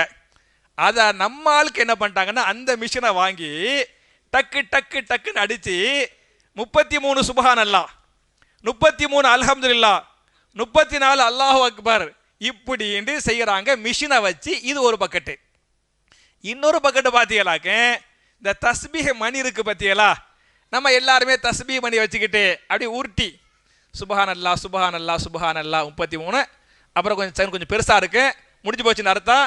அப்புறம் அல்ஹம்துலில்லாஹ் இப்படி வர ரவுண்ட் அடித்தா முடிஞ்சு போச்சு. இப்படி மணியை வச்சு நீங்கள் கரெக்டாக மார்க்க பிரகாரம் பார்த்தீங்களாக்க, தஸ்பீஹ் மணியை வச்சும் தஸ்பீஹ் பண்ணக்கூடாது, அந்த மிஷினை வச்சும் தஸ்பீஹ் பண்ணக்கூடாது. புரியுச்சா? எதை வச்சு தான் பண்ணனே? கையை வச்சு தான் பண்ணணும். ரசூலுல்லாஹ் சொல்கிறாங்க, நீங்கள் கையை வச்சு எண்ணி பண்ணுறீங்க பார்த்தியாலா, இந்த கையும் உங்களுக்காக சாட்சி சொல்லும். யல்லா என்னைய வச்சு தான் அல்லா சுபஹானல்லாஹ் எண்ணி எண்ணி சாட்சி சொன்னா அல்லா, அப்படி கை பேசும், கை பேசும். புரியுச்சா? நீங்க தஸ்பீ மணி மிஷின்லாம் கொண்டு போனீங்கல்ல, மிஷின்லாம் மறுமையில் எங்க இருக்குன்னே தெரியாது. தஸ்பீ மணிலாம் காணாம போயிருக்கும். உங்க கை தான் உங்கள்கிட்ட இருக்கு. இந்த கை இந்த விரல் தான் என்ன செய்யும், வாய்க்கு அல்லாஹ் சீல் வச்சிருவான். ஹதமல்லாஹு அலா குலு, அல்லாஹ் சொல்றான் வாய்க்கு அல்லாஹ் சீல் வச்சிருவான். இந்த கை தான் பேசும் அப்படின்னு இருக்குது. அதனால இந்த மிஷினில் அல்லது மணியில் தஸ்பீ செய்வதே கூடாது. ரசூலுல்லாஹ்வுடைய காலத்தில் சஹாபாக்கள் என்ன பண்ணாங்கன்னு சொன்னா, இந்த தஸ்பீ பண்றதுக்காக இந்த 33 34 இருக்கு பத்தியல, இந்த தஸ்பீக்காக சில சஹாபாக்கள் 33 பேரிச்சம் கொட்டையை வச்சுக்கிட்டாங்க. சரியா? சில சஹாபாக்கள் இந்த குட்டி குட்டி சுண்டல் மாதிரி சின்ன கல்ல இருக்கு பத்தியா, சின்ன கல் இருக்கு பத்தியல, கல்லை வச்சுக்கிட்டாங்க. வச்சுக்கிட்டு ஒரு சஹாபி 33 பேரிச்சம்பழத்தை வச்சு, பேரிச்சம்பழ கொட்டையை வச்சு சுபஹானல்லா சுபஹானல்லா சுபஹானல்லா சுபஹானல்லா தூக்கி வைக்கிறார். முடிஞ்சு போச்சா? அல்ஹம்துலில்லாஹ் அல்ஹம்துலில்லாஹ் அல்ஹம்துலில்லாஹ். முடிஞ்சு போச்சா? அல்லாஹு அக்பர் அல்லாஹு அக்பர் அல்லாஹு அக்பர். திருமதியில் அப்படியே ஹதீஸ் வருது. இப்படின்னு ஒரு சஹாபி பேரிச்சம் கொட்டையை வச்சு தஸ்பீ செஞ்சார். ரசூலுல்லாஹ் பார்க்கறாங்க, என்னப்பா இது அப்படின்னு கேட்டாங்க. யார் ரசூலுல்லாஹ், நீங்க எண்ணிக்கையை சொன்னீங்கல்ல, அந்த எண்ணிக்கை கரெக்டா பண்றதுக்காக நான் எண்றேன் அப்படின்றாரு. தூக்கி போட்டுரு, அந்த கொட்டையை என்ன செய்ய, தூக்கி எரிஞ்சிரு, கையை வச்சு பண்ணு. புரிஞ்சா? இதான் சாட்சி சொல்லும் அப்படின்னு சொன்னாங்கன்னு தெளிவாவே ஹதீஸ் இருக்குது. அப்ப ஏன் நமக்கு அல்லாஹ் கையை அழகான கையை கொடுத்து வச்சுக்கிறானே, இதை கையை இந்த விரல வச்சு பண்ண வேண்டியதானே. அதனால மிஷின் அது மாதிரி என்னது அந்த மணி அதெல்லாம் மார்க்கத்தில் அப்படி இல்லை. அதனால அவங்க தெரியாம அவங்களுக்கு துவா செய்யுங்க. அதுக்காக துவா செய்ய அவங்க கேட்கறாங்க, கொடுத்தவங்களுக்கு துவா செய்யுங்க, அது நல்லது. ஆனா அதை வச்சு பண்ணாதீங்க. கடைசி கேள்வி தான் பெண்களுக்கு, அப்புறம் இன்னைக்கு உங்கள்கிட்ட வந்துடுறேன். அதுக்கப்புறம் தம்பி வந்துட்டு வரமா. ஃபர்லு தொழுகையில் சஜதாவில் துவா செய்யலாமா? ஜும்மா தொழுகையை பெண்கள் ஜமாத் ஆக பள்ளியில் தொழுவலாமா? ஃபர்லு தொழுகையில் சஜதாவில் துவா கேட்கலாமான்னு கேட்டுக்கிறாங்க. கேட்கலாமா கூடாதா? கேட்கலாம், கேட்கலாம். உங்க மொழியில் கேட்டுக்கொள்ளலாம், தப்பு கிடையாது. ஆனால் ஆனால் என்ன பிரச்சனை வரும்னு சொன்னா, நீ இமாம் டக்குன்னு எதிர்த்துவாரு, நீங்க ஆரம்பிச்சு முழுசா முடிக்க முடியாது. சரியா? எப்ப செய்யலாம்னு சொன்னா, நீங்க எங்கேயோ போயிட்டே லேட் ஆயிருச்சு, ஜமாத் மிஸ் ஆயிருச்சு, நீங்க ஃபர்ல தனியா தொழுவுறிய அப்படின்னு சொன்னா நீங்க செஞ்சுக்கலாம். புரிஞ்சா? வேற நீங்க நார்மல் இமாமோ நின்று எல்லாருக்கும் நீங்க செய்ய முடியாது, செய்யலாம், ஆனா முழுமை பெறாது.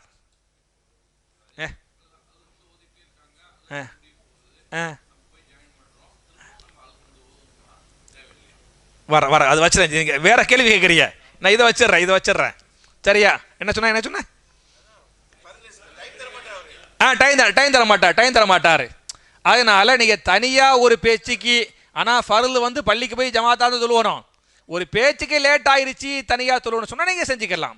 நீங்கள் ஃபர்லு தொழுகையிலையோ சுன்னா தொழுகையிலையோ நஃபில் தொழுகைகளையோ சுஜூதில் உங்கள் தாய்மொழியில், சரியா, தமிழ்லையோ உருதுலையோ தாராளமா துவா செஞ்சுக்கலாம். தப்பே தடையே கிடையாது. ரசூலுல்லாஹ் அனுமதிச்சுக்கிறாங்க. தொழுகையில 2 இடங்கள்ல துவா செய்யலாம். உங்களுக்கு விரும்பிய மொழியில் உங்க துவா கேட்டுக்கலாம். ஒன்னு சுஜூது, ரெண்டாவது எப்ப அத்தஹியாத்துல ஓத வேண்டிய எல்லாத்தையும் ஓதிப்புட்டு சலாம் கொடுக்காம உட்கார்ந்து என்ன செய்யலாம்? அதுக்காக இப்படி தூக்கிற கூடாது, கை இருக்கணும், இப்படித்தான் இருக்கணும். சரியா? அத்தஹியாத் அந்த அமர்வில் அதே உட்கார்ந்துக்கிட்டு நீங்க கேட்க வேண்டிய துவாவெல்லாம் கேட்டுப்பட்டு சலாம் கொடுத்து கொள்ளுங்கள் அப்படின்னு இருக்குது. எனவே தாராளமாக கேட்டுக்கொள்ளலாம். ஒன்று. ரெண்டாவது, பெண்களுக்கு ஜும்மா தொழுகை பள்ளிவாசல் தொழுகலாம்னு கேட்குறாங்க. ஜும்மா தொழுகை பெண்களுக்கு பள்ளிக்கு வருவது கடமை இல்லை, அப்படி ஹதீஸ் வருது. கடமை யாருக்கு தான் கடமை? ஆண்களுக்கு தான் கடமை, பெண்களுக்கு கடமை இல்லை. வருவது கூடும். அன்னை ஆயிஷா ரலியல்லாஹு அன்ஹாவே ஜும்மாவுக்கு எங்க வந்தாங்க? பள்ளிக்கு வந்தாங்க. இதர தொழுகைகளுக்கும் பள்ளிக்கு வந்தாங்க அப்படின்னு இருக்குது. ஏன்னா பள்ளிக்கு வர்றாங்கன்னு வைங்களேன், 4 மார்க்க விஷயத்தை தெரிஞ்சுக்கலாம், நல்ல விஷயங்களை தெரிஞ்சுக்கலாம். வீட்டில் தொழுதால் அது கிடைக்காது. அப்ப பள்ளிக்கு வந்தா இல்மும் கிடைக்கும், அமலுக்கு கிடைக்குது பத்தியலா, அதுக்காக வரலாமே தவிர வருவது கூடும், வருவது ஜாயிஸு. ஆனா ஒரு பெண்ணு பள்ளிக்கு வந்துதான் ஆவணும், ஜும்மா தொழுதும் ஆவணும், அப்படி எந்த ஷருத்தும் இல்லை. தம்பி யாரோ உங்ககிட்ட கேட்டாங்கல்ல, கேளுமா. ஜஸாக்கல்லாஹு ஹைரா.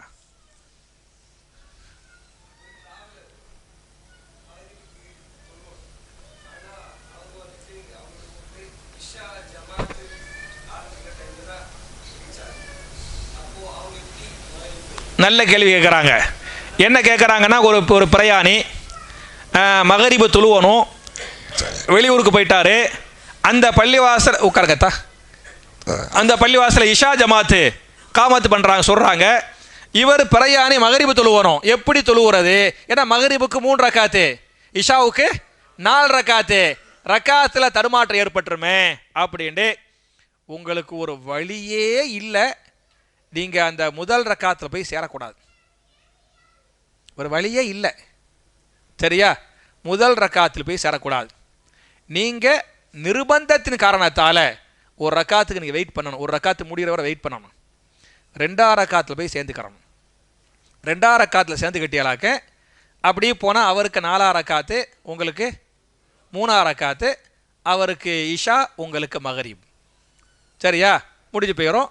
அப்புறம் எழுந்திரிச்சு 2 ரக்காத்து இஷாவை, நீங்கள் பிரயாணி தானே, ஜம்மு கசடு செஞ்சுக்கலாம், 2 ரக்காத்தாக இஷாவை தொழுதுக்கலாம். ஒரு வழியே இல்லை. ஏன்னா நீங்கள் முதல் ரக்காத்தில் போய் சேர்த்துட்டீங்களாக்க 3 ரக்காத்து முடித்து 4ஆம் ரக்காத்துக்கு இமாம் எந்திரிப்பார். நீங்கள் என்ன செய்வீங்க?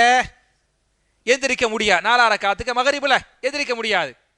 எந்திரிக்காமல் இருக்கவும் கூடாது. என்னம்மா? ஓகே, புரிஞ்சா? ஏன்னா இமாமை ஃபாலோ பண்ணும்ல, இமாமை ஃபாலோ பண்ணால் உட்காந்துருக்கக்கூடாது. அப்போ அவர் உங்களுக்கு கஷ்டப்பட்டு போயிடுவீங்க. அதனால் ஒரு வழியே இல்லை, முதல் ரக்காத்தை விட்டுருங்க. ஓகே, பாரக்கல்லா ஃபீக்கும். சொல்லுமா, இதுக்கப்புறம் வரத்தா?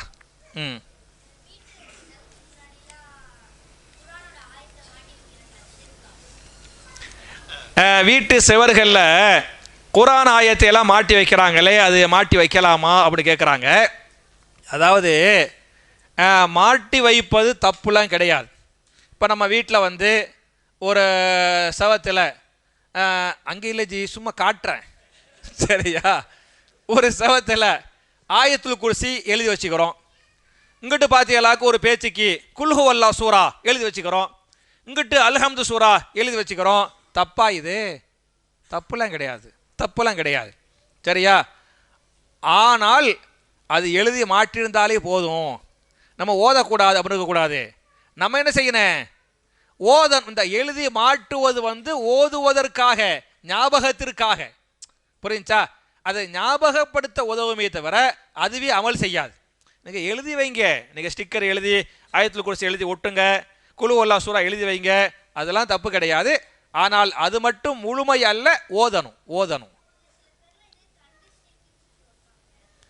கந்திஷ்டிக்கா? கந்திஷ்டிக் என்ன வைக்கிறாங்க? அதாவது கந்திஷ்டிக்கு என்ன செய்யணும் அப்படின்னு சொன்னால், ரசூல் ஸல்லல்லாஹு அலைஹி வஸல்லம் அழகான துஆக்களை சொல்லியிருக்கிறாங்க. உங்களுக்கு அந்த டவுட் இருக்குது, மாஷா அல்லாஹ் தபாரக்கல்லாஹ், அந்த டவுட் இருக்குது, நமக்கு இவர்னால இப்படி இந்த கந்திஷ்டி ஏற்பட்டுருச்சோ, அல்லது எவர்னாலேயோ கந்திஷ்டி மூலமாக பாதிக்கப்பட்டோமோ அப்படிங்கிற மாதிரி ஒரு டவுட்டு உங்களுக்கு இருந்தால், சில துஆக்களை நீங்கள் உங்களுக்குள் ஓதிக்கொள்ளுங்கள். ஓதி உங்கள் மேலே ஊதிக்கிறங்க, கையில் ஊதி என்ன செய்யுங்க? தடவிக்கிறங்க. அதெல்லாம் மார்க்கத்தில் அனுமதி உண்டு. என்ன துஆ ஓதன? ஒன்று, நான் சொன்ன அஊது பி கலிமாத்தில்லாஹி தாம்மதி மின் குல்லி ஷைத்தானின் வஹாம்மத்தின் வமின் குல்லி ஐனின் லாம்மா. இதை ஓதி உங்கள் மேலேயே ஊதிக்கிறங்க. ஒன்றும். ரெண்டாவது, அல்ஹம்து சூரா இருக்குது பற்றியலா, அது ஷிஃபாவுடைய சூரா, அதை ஓதி என்ன செய்யுங்க? உங்கள் மேலேயே ஊதிக்கிறங்க. 2. மூணாவது, முஅவ்விதாத், இஹ்லாஸு, ஃபலக்கு, நாசு, புரிச்சாத்தா? குல் ஹுவல்லாஹு அஹத், குல் அஊது பிரப்பில் ஃபலக், குல் அஊது பிரப்பின் நாஸ். இந்த 3 சூறாக்களை 3 முறை ஓதி உங்கள் மேலே ஊதிக்கிறங்க. மட்டுமல்லாமல் இந்த சூறாக்களை ஓதி கையில் ஊதி என்ன செய்யுங்க? உடம்புல தடவி கொள்ளுங்கள் அப்படிலாம் ஹதீஸ் இருக்குது. இதுதான் கந்திஷ்டிக்குரிய நிவாரணமாக ரசூலுல்லாஹ் கற்றுக் கொடுத்தாங்களே தவிர அங்கங்கே வாங்கி மாற்றத்தை என்ன செய்யலை? கற்றுக் கொடுக்கல. அது மார்க்கத்தில் இல்லை, கூடாது, சரியா? சொல்லுமா அந்த பையன்.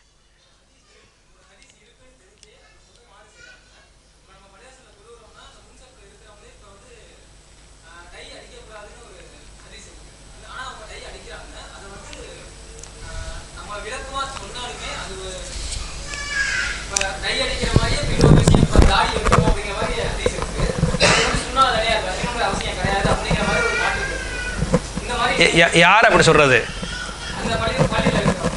பொதுமக்கள்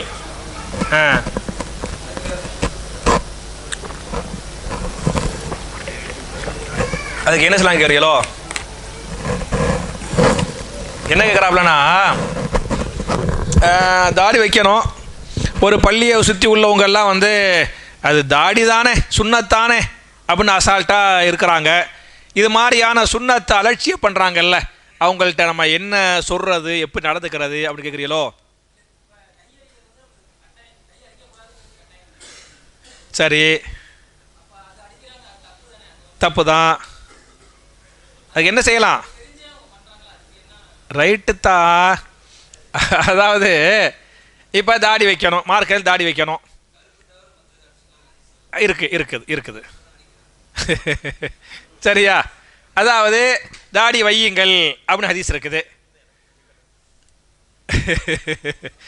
தாடி வையுங்கள் அப்படின்னு ஹதீஸ் இருக்குது. அதே மாதிரி டையினா வேற வேற கலர் அடிச்சுக்கலாம். கருப்பு மட்டும் என்ன செய்யாதீங்க, நீங்கள் மருதாணி போடுறீங்க வேற வேற, அதெல்லாம் தப்பு கிடையாது. இந்த வெள்ளை கருப்பு அடிக்கிறாங்கல்ல, கருப்போ அது டார்க் பிரவுனுங்கிற பேரில் கருப்போ, புரியுதா? கருப்போ இல்லை டார்க் பிரவுனுங்கிற பேரில் கருப்பு அடிச்சுக்கிறாங்கல்ல, அதெல்லாம் போலியா காட்டுறது. இருக்கிறத ஏன் எனக்கு டை அடிக்க தெரியாதா? அடிச்சவன்ல ஏன் கண்டிப்பாய் இழைக்க முடியாதா? அவரெல்லாம் அடித்தா எல்லாரும் கையை வெட்டிக்கிடுவாங்க, புரியுதா? அப்போ நம்ம எதுக்கு அடிக்கலை அப்படின்னு சொன்னால், அடிக்கலாம் கருப்பை தவிர பாக்கி அடிச்சுக்கலாம். நான்லாம் எதுக்கு அடிக்கலைன்னு சொன்னால், எனக்கெல்லாம் என் வயசை தாண்டிய நரை, நீங்களாம் பார்த்தா பெரிய வயசு மாதிரி மதிப்பிய, புரியுச்சா? நெசமாத்தா நீங்கள் எனக்கு கொஞ்சம் உங்களை விட ஜாஸ்தி தான். எனக்கு 53 வயசு தான்ஜி. நான் வந்து 72 பிறந்தேன். நான் உங்களில் பல பேரை விட உங்களை விட மூத்தவனா இருப்பேன், உங்களை விட நான் இளையவன், சரியா? ஆனால் என் தோற்றம் என் முடிய பார்த்தா என்னை 53 வயசு இல்லை 83 வயசு மதிப்பாங்க, புரியுச்சா? நான் இதுவரை எதையும் மாற்றவே இல்லை. நான் ஏன் மாற்றலை அப்படி விட்டுட்டேன் அப்படின்னு சொன்னால், எனக்கு இனிமேல் ஐடியா இல்லை, சரி சரியா? அதுக்கு மேலே ரசூல்லா தெளிவாக சொல்லிட்டாங்க, ஃபைன்னஹு நூறுன் யௌமல் கியாமா, இது கியாமத்தில் உங்களுக்கு நூறாக அமையும், ஒளியாக வெளிச்சமாக அமையும் சொல்லிட்டாங்க. எனக்கு எப்போ நான் அந்த ஹதீஸை படித்தனோ, எனக்கு ரப்பு நூறை கொடுத்துக்கிறான், இந்த நூறை இப்படியே விட்டுருவோம், சரியா? யாரும் என் ஒய்ஃப் என்னையை பார்த்து ரசித்தா போதும், பாக்கி ஆளுக்கு ரசிக்க வேண்டிய அவசியம் இல்லை, தேவையில்லை, அப்படியே விட்டாச்சு. அதனால் கருப்பை தவிர பாக்கி அடிச்சுக்கலாம். இல்லை ஒரு ஏரியா மக்கள் தப்பு பண்ணுறாங்கன்னு சொன்னால் நம்ம என்ன செய்ய முடியும்? போய் சொல்ல தானே முடியும். நீங்கள் அதை விடுக்கத்தா குடிக்கவே செய்கிறான், வேற தப்பு பண்ணுறான், அவர்கிட்ட போய் நீங்கள் உபதேசம் பண்ணுங்க, மார்க்கத்தை சொல்லுங்க, அதானே செய்ய முடியும். வேற என்ன செய்ய முடியும்? தாவா செய்யுங்க, சரியா? உங்களுடைய கவலைக்கு அல்லாஹ் பறக்க செய்யட்டும், உங்களுடைய ஆர்வத்துக்கு அல்லாஹ் பறக்க செய்யட்டும். அவங்களுக்கு தாவா செய்யுங்க, அல்லாஹ் அவங்களுக்கு ஹிதாயத்து கொடுப்பான். வேற இந்த ஒரு நிமிஷத்தா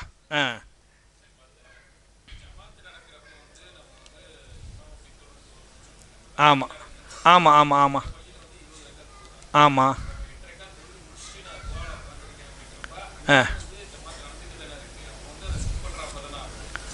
ஆமாம். அதாவது நீங்கள் ஏன் வீட்டில் போய் துவா செஞ்சா என்ன? நிர்பந்தம்டா தப்பு இல்லைத்தா. என்ன கேட்குறாருன்னா, இப்போ ஜமாத்தை மிஸ் பண்ணக்கூடாதுன்னு சொல்றியல, எங்கள் ஏரியா பள்ளிவாசல் 20 ரக்காத் தொழு வைக்கிறாங்க, நான் 8 ரக்காத் தொழுதுட்டேன். 8 ரக்காத்துக்கு பிறகு நான் தஸ்பீஹாத்துகள் துவாக்கள் நான் ஈடுபடுறேன். அங்கே 9வது 10வது ரக்காத்து ஓடிக்கிட்டு இருக்குது. அப்போ நான் ஜமாத்தை மிஸ் பண்ணுற மாதிரி போயிருமே அப்படின்னு கேட்குறாங்க.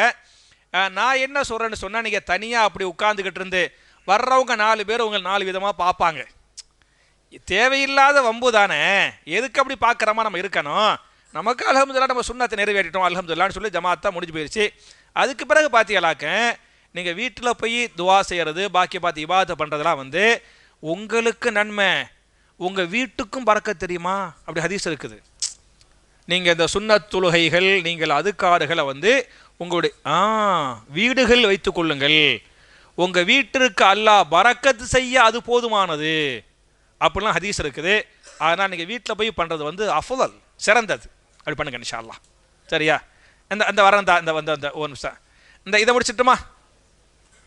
அப்புறம் பெண்கள் முகத்தில் வளரும் முடியை எடுக்கக்கூடாது, அதாவது மீசை தாடி. என் கணவருக்கு என் முகத்தில் இருக்கும் மீசை பிடிக்கவில்லை என்றால் எடுக்கலாமா? அதாவது முகத்தில் உள்ள முடியை எடுக்கக்கூடாதுங்கிறது ஓகே தான், நார்மலாக இருந்தால் ஓகே. ஒரு பெண்ணுக்கு நார்மலாக முடி இருக்குது அப்படின்னு அது ஓகே. நார்மலாக இல்லாமல் ஒரு ஆண் அளவுக்கு மீசை இல்லாட்டியால் கொஞ்சம் நல்லா வெளியே தெரியும், சரியா? சில இந்த ஹார்மோன்னால சில அப்படி இருக்கு, அதுகளை எடுக்கிறது தப்பு கிடையாது. அதெல்லாம் இயற்கை அல்ல, அது ஒரு வகையான நோய். அவங்களுக்கு இந்த ஹார்மோன் சுரப்பி முன்ன பின்ன இருக்குது, அது நோய்க்கு மருத்துவம் பண்ணுறது. அதை எடுத்துக்கலாம். உங்களுக்கு ஆண் அளவுக்கோ கொஞ்சம் கொஞ்சம் அதை விட ஜாஸ்தியாக இருந்துச்சாக்க அதையெல்லாம் நீங்கள் எடுத்துக்கிறங்க. உங்கள் கணவர் உங்களை பார்த்து ரசிக்கணும், புரிஞ்சா? கணவர் உங்களை பார்த்து சந்தோஷப்படணும். கணவனை ரசிக்க வைப்பதும் கணவனை திருப்திப்படுத்துவதும் உங்கள் மேலே கட்டாயமான கடமை. இதை வச்சு நார்மல் பெண்கள் மற்ற முடிவு அதை எடுத்துகிட்டு வரக்கூடாது, சரியா? நான் இந்த காரணத்தோடு சொல்கிறேன். அப்போ ஒன்றுமில்லை, ஆயிஷா ரலியல்லாஹு அன்ஹா அழகான மோரை போட்டுக்கிறாங்க, சரியா? அபூதாவுல் ஹதீஸ் வரும். ரசூல்லா என்ன ஆயிஷா அப்படி கேட்பாங்க, யார் ரசூலல்லா நீங்கள் என் அழகை பார்க்க வேண்டாமா, என்னை ரசிக்க வேண்டாமா, அதுக்காக தான் இந்த மோரம் போட்டுக்கிறேன். சொல்கிறது யாரு? ஆயிஷா ரலியல்லாஹு அன்ஹா ரசூல்லாட்ட சொன்னாங்கன்னு ஹதீஸ் இருக்குது.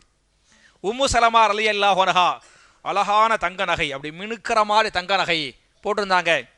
என்ன உம்மு சலமா அப்படி கேட்டாங்க. யார் ரசூலல்லா, என்னை பார்த்து நீங்கள் ரசிக்க வேண்டாமா, அதுக்காக தான் அந்த நகையை போட்டேன் அப்படின்னாங்கன்னு ஹதீஸ் வருது.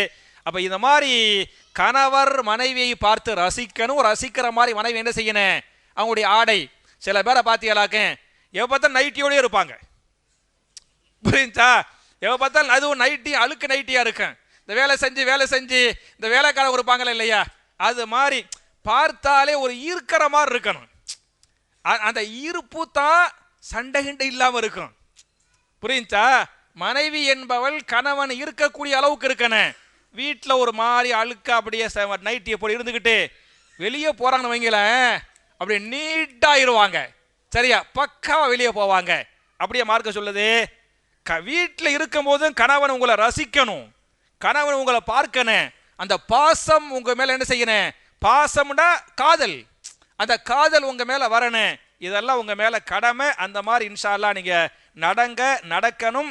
அப்போ நார்மல் அல்லாத ஏதோ நோய், ஒரு சில முடி இங்கிட்டு வருது, சில பெண்களுக்கு ஒரு 2-3 தாடியில் நிறைய தாடி இந்த மாதிரி இருக்காது, இப்படி தான் பெண்ணாக இருக்க முடியாது, புரிஞ்சா? ஒரு 4-5 முடி இருக்கேன், அது நோய். அந்த முடி என்ன செஞ்சுக்கலாம்? எடுத்துக்கலாம், தப்பு கிடையாது. கேளுங்கத்தா.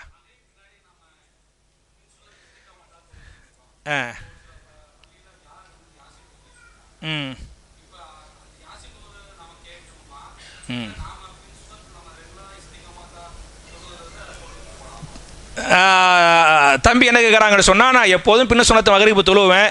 வியாழக்கிழமை ஒரு பள்ளிக்கு போனேன், யாசின் ஓதுறாங்க, உட்காந்து யாசினை கேட்பதா பின்ன சுன்னத்து தொழுவாதா அப்படின்னு சொல்லிட்டு நீங்கள் பின்ன சுன்னத்து தொழுட்டு போயிருங்க. அந்த வியாழக்கிழமை மட்டும் ஸ்பெஷலாக உட்காந்து யாசின் ஓதுறாங்கல்ல, அது பிதாத், புரிஞ்சா? வியாழக்கிழமை மட்டும் ஸ்பெஷலாக நான் கேட்குறேன், ரசூல்லா அப்படி ஓதுனாங்களா? அவங்க மேலே தான் வஹியே வந்துச்சு. வஹி வந்த ரசூல்லாவை வியாழக்கிழமை மட்டும் யாசின் ஓதுறாங்கன்னு ஹதீஸ் இல்லையில. அப்போ ரசூலுல்லாவுக்கு தெரியாதது ரசூலுல்லாவுக்கு இல்லை செய்யாது செய்கிறாங்களே, இது மார்க்கம் இல்லை தானே? அப்போ அதில் நீங்கள் போய் கலந்து கொள்ள வேண்டாம். நீங்கள் உங்கள் நார்மல் சுன்னத்தில் போட்டு இன்ஷா அல்லாஹ் போயிருங்க. ஓகே.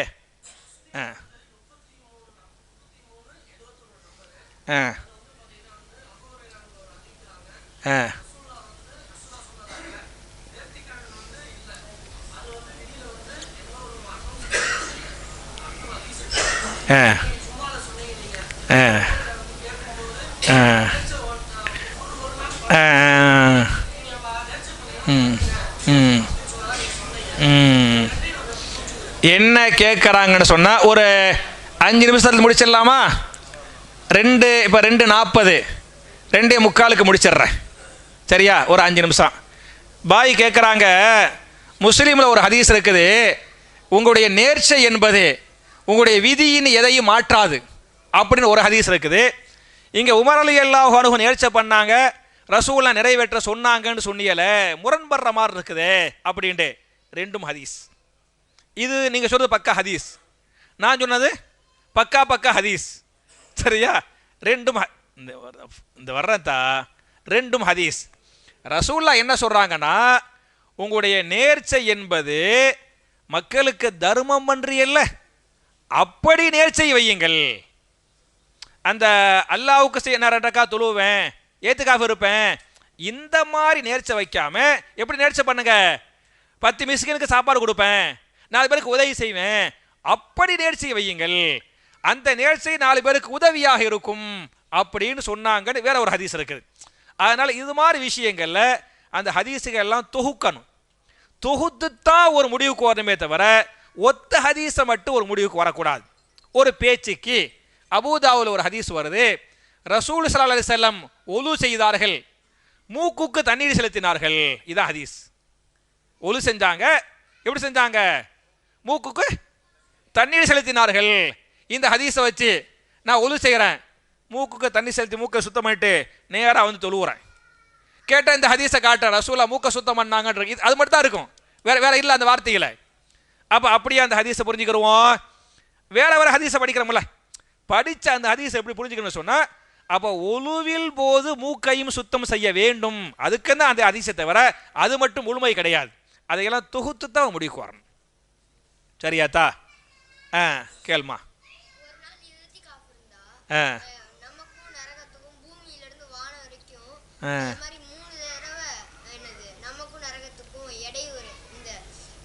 தூரம் ஆயிரும். தம்பி கேட்குறாப்புல, ஏத்திகாஃப் இருந்தால் வானத்துக்கும் பூமிக்கும் மத்தியில் இருக்கக்கூடிய தூரம் மாறி நமக்கு நரகத்துக்கு மத்தியில் தூரமாக போயிரும்னு சொல்கிறாங்களேங்கன்று. அப்படி நான் நினைச்ச ஹதீஸ் இல்லை. ஆனால் ரசூல்லா ஏத்திகாஃப் இருந்தாங்க, இருக்க சொன்னாங்க, வலியுறுத்தினாங்க, சிறப்பித்து சொன்னாங்க அப்படின்னு இருக்குது. இந்த ஃபாயிதா இருக்கிற மாதிரி நான் அறிஞ்ச ஹதீஸ் இல்லை. வல்லாஹு அலம். கேள்மா. கடைசி வச்சுருவோமே, அந்த அவருக்கு அந்த கடைசி. சரி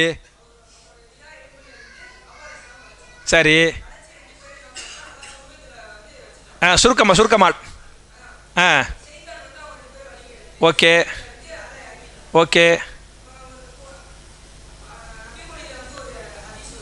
சரி.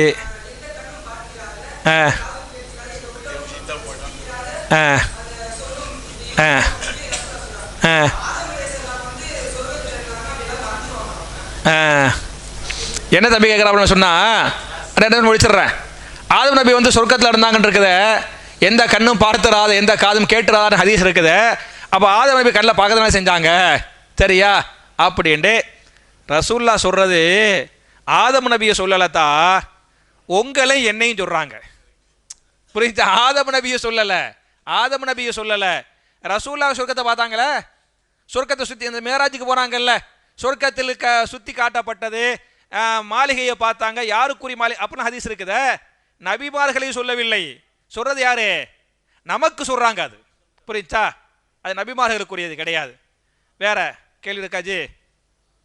கடைசி. சரி ஓகே.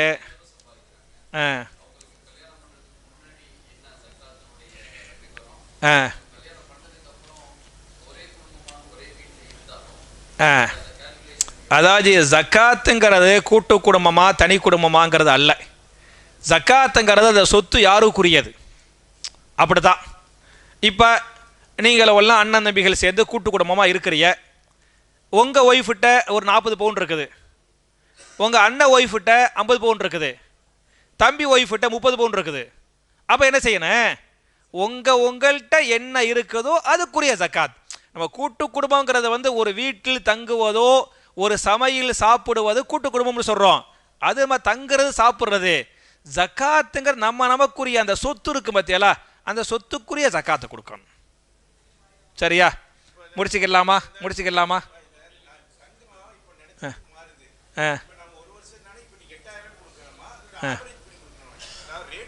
கடைசியாக வச்சுக்கிறோமா? அடுத்த கேட்டுக்கிறோமா? சரி. யாரு? ஓகே தம்பி, ஏன்னா டைம் ஆகிட்டு இருக்கு. நீங்கள் அந்த 20 மணி கேளுங்க ப்ளீஸ். அந்த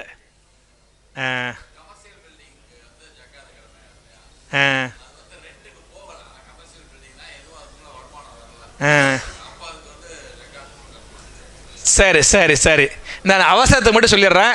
நம்ம 23 கண்டிப்பாக முதல் கேள்வி உங்கள் கேள்வி இன்ஷால்லா வச்சுக்கிறோம் ப்ளீஸ். அதாவது பாய், தங்கத்தை பொறுத்தவரை அப்போ உள்ள மார்க்கெட் ரேட்டு என்னவோ அதை வச்சு தான் நீங்கள் ஜக்காத்து கொடுக்கணும். நீங்கள் வாங்கும் போது 1 கிராம் வந்து 6000 ரூபா இருக்கும் போன வருஷம், இப்போ 1 கிராம் 8000 ரூபா இருக்குது. இல்லை நான் 6000 ரூபாய்க்கு தான் வாங்கினேன் அப்படி நீங்கள் ஜக்காத்து கொடுத்தா நீங்கள் விற்பியல்ல, அப்போ பாய் நீங்கள் 6000 வாங்குறீங்க, அந்த அதே ரேட்டை தந்துருங்க பாய் அப்படி கேட்டால் நீ கொடுப்பீங்களா? அப்போ மட்டும் தர மாட்டிய. அதனால் அப்போ உள்ள மார்க்கெட் ரேட்டு என்ன அதை வச்சு தான் ஜக்காத்து கொடுக்கணும். சரியா? சுருக்கமான பதில். பாய் கேட்குறாங்க, கமர்ஷியல் பில்டிங் இருக்குது, அது என்ன வாடகைக்கு விடலை, எப்படி ஜக்காத்துங்கிறாங்க. நீங்கள் வாடகைக்கு விட்டு வாடகை வருது பற்றியெல்லாம் அந்த வாடகையில் ஜக்காத். நீங்கள் விடாமல் இருக்க மாட்டியே, விடாமல் இருக்க கமர்ஷியல் பில்டிங் வாங்கியிருக்க மாட்டியே, வாங்கினதே வாடகைக்கு தான் வாங்கினிய, விட தான் வாங்கினிய, நீங்கள் கண்டிப்பாக விடுவே இல்லை. விடும்போது வருமானம் வரும்ல, அந்த வாடகைக்கு ஜக்காத். வருமானம் வந்ததுக்கு அப்புறம் தான். ஏன் விடாமல் இருக்கிறீங்க? அது ரைட், உங்களுக்கு சில வேலை உடச்சிகளை சரி பண்ணுவீங்க, அதுக்கு 3 மாதம் 6 மாதம் ஆகட்டும், தப்பு கிடையாது. சரியா? முடிச்சதுக்கப்புறம் வாடகைக்கு ஊறியல்ல, விட்டதுக்கப்புறம் ஜக்காத்து கொடுத்துருங்க. ஓகே, வாடகைக்கு மட்டும் கொடுங்க, வாடகைக்கு மட்டும் கொடுங்க. சரியா? வாடகைக்கு மட்டும் கொடுங்க. தம்பியுடைய கடைசி கேள்வி. சரியா? நம்ம வந்து வியாபாரம் பண்ணுறோம், ஏதோ வேலை செய்கிறோம், அப்படிங்கும்போது ஏதாச்சும் சொத்து கித்து வாங்கும் போது என்ன வந்துடுறான், வருமான வரித்துறையோ, இப்போ அதையும் தாண்டி அமலாக்கத்துறை. சரியா? இடி. சரியா? அது இப்படிலாம் வந்துடுறாங்களே, இப்போ என்ன பண்ணுறது அப்படின்ட்டு உங்கள் நிர்பந்தம் உங்களுக்கும் அல்லாஹ்வுக்கும் தெரியும். பொதுவாக நம்ம வட்டியை நோக்கி போகக்கூடாது, அது பெரும்பாவங்கள் ஒன்றுங்கிறது நம்ம எல்லாருமே ஏற்றுக்கொண்டது. சரியா? நமக்கெல்லாம் நம்பிக்கை இருக்குது, அல்லாஹ்வுடைய பயம் இருக்குது. ஆனாலும் நம்ம நாட்டில் சில விஷயங்கள் பண்ணும்போது சில பயங்கள் இருக்குது. அப்போ நிர்பந்தத்தின் காரணமாக நம்ம என்ன பண்ணுறோம், இப்போ வண்டிக்கு இன்சூரன்ஸ் போடாமல் வண்டி எடுக்க முடியுமா? 2 வீலரே பண்ண போலீஸு பிடிக்கும் போது உங்கள்கிட்ட லைசன்ஸ்லாம் கேட்க மாட்டேங்க, முதல்ல ஹெல்மெட் இருக்கா, இன்சூரன்ஸ் இருக்குதா, அப்படி தான் கேட்குறான். இங்கே இன்சூரன்ஸ் பண்ணாட்டி வண்டி முடிஞ்சு போச்சு, சிக்கலாக போயிடுது. வேறு வழி இல்லை, நம்ம நிர்பந்தமாக போட வேண்டியிருக்குது. அப்போ மார்க்கத்தில் அப்படி ஒன்று இல்லாமல் இருந்தாலும் போடுறோமா இல்லையா? வேறு வழி இல்லை, நிர்பந்தம் தானே. அதே மாதிரி இப்போ உங்களை மாதிரி உங்கள்கிட்ட வருமான வரித்துறை கேட்குமா? உங்கள் வசதி வாய்ப்பு எனக்கு தெரியலை. சரியா? நீங்கள் அந்த அளவுக்கு கேட்குற அளவுக்கு நீங்கள் இருந்தீங்க அப்படின்ட்டு சொன்னால், இந்த அளவுக்கு எனக்கு வருமானம் வருது, இதுக்கு மேலே பண்ணும் போது நான் ஏதாச்சும் வாங்கினா எனக்கு வருமான வரித்துறையை நோட்டீஸ் அனுப்பிடுவான், இல்லை இடி வந்துடுவான் அப்படின்னு இருந்தால் வழி இல்லை, உங்கள் நிர்பந்தம் அல்லாஹ்வுக்கு தெரியும். சரியா? நீங்களாச்சு, உங்கள் நிர்பந்தமாச்சு, அல்லாஹ்வாச்சு. ஓகே, முடிச்சுக்கலாமா? மாஷா அல்லா தபாரக்கல்லா, மாஷா அல்லா தபாரக்கல்லா, பரக்கத்தா நீங்கள் வந்தீங்க. இது மாதிரி ஒவ்வொரு நாளும் ஒவ்வொரு ஒத்த படைகளை இன்ஷா அல்லாஹ் வாங்க. நம்ம இதுவரை எதை சொன்னமோ எதை கேட்டமோ அதன்படி அமல் செய்யக்கூடிய தௌஃபீக்கை நம்ம எல்லாருக்கும் அல்லாஹ் தரட்டும். நம்முடைய பாவங்களை அல்லாஹ் மன்னிக்கட்டும். நம்ம எல்லாருடைய ஹலாலான தேவைகளை அல்லாஹ் நிறைவேற்றி வைக்கட்டும். நம்ம எல்லாரையும் மறுமையில் ஜன்னத்துல் ஃபிர்தௌஸ்ல நபிமார்களோடு நாம் எல்லோரையும் அல்லாஹ் ஒன்று சேர்த்து வைப்பானாக என்ற துவாவோடு முடிக்கிறேன். சுபஹானக அல்லாஹும்ம வ பிஹம்திக அஷ்ஹது அல்லா இலாஹ இல்லா அன்த அஸ்தக்ஃபிருக வ அத்தூபு இலைக். அஸ்ஸலாமு அலைக்கும்.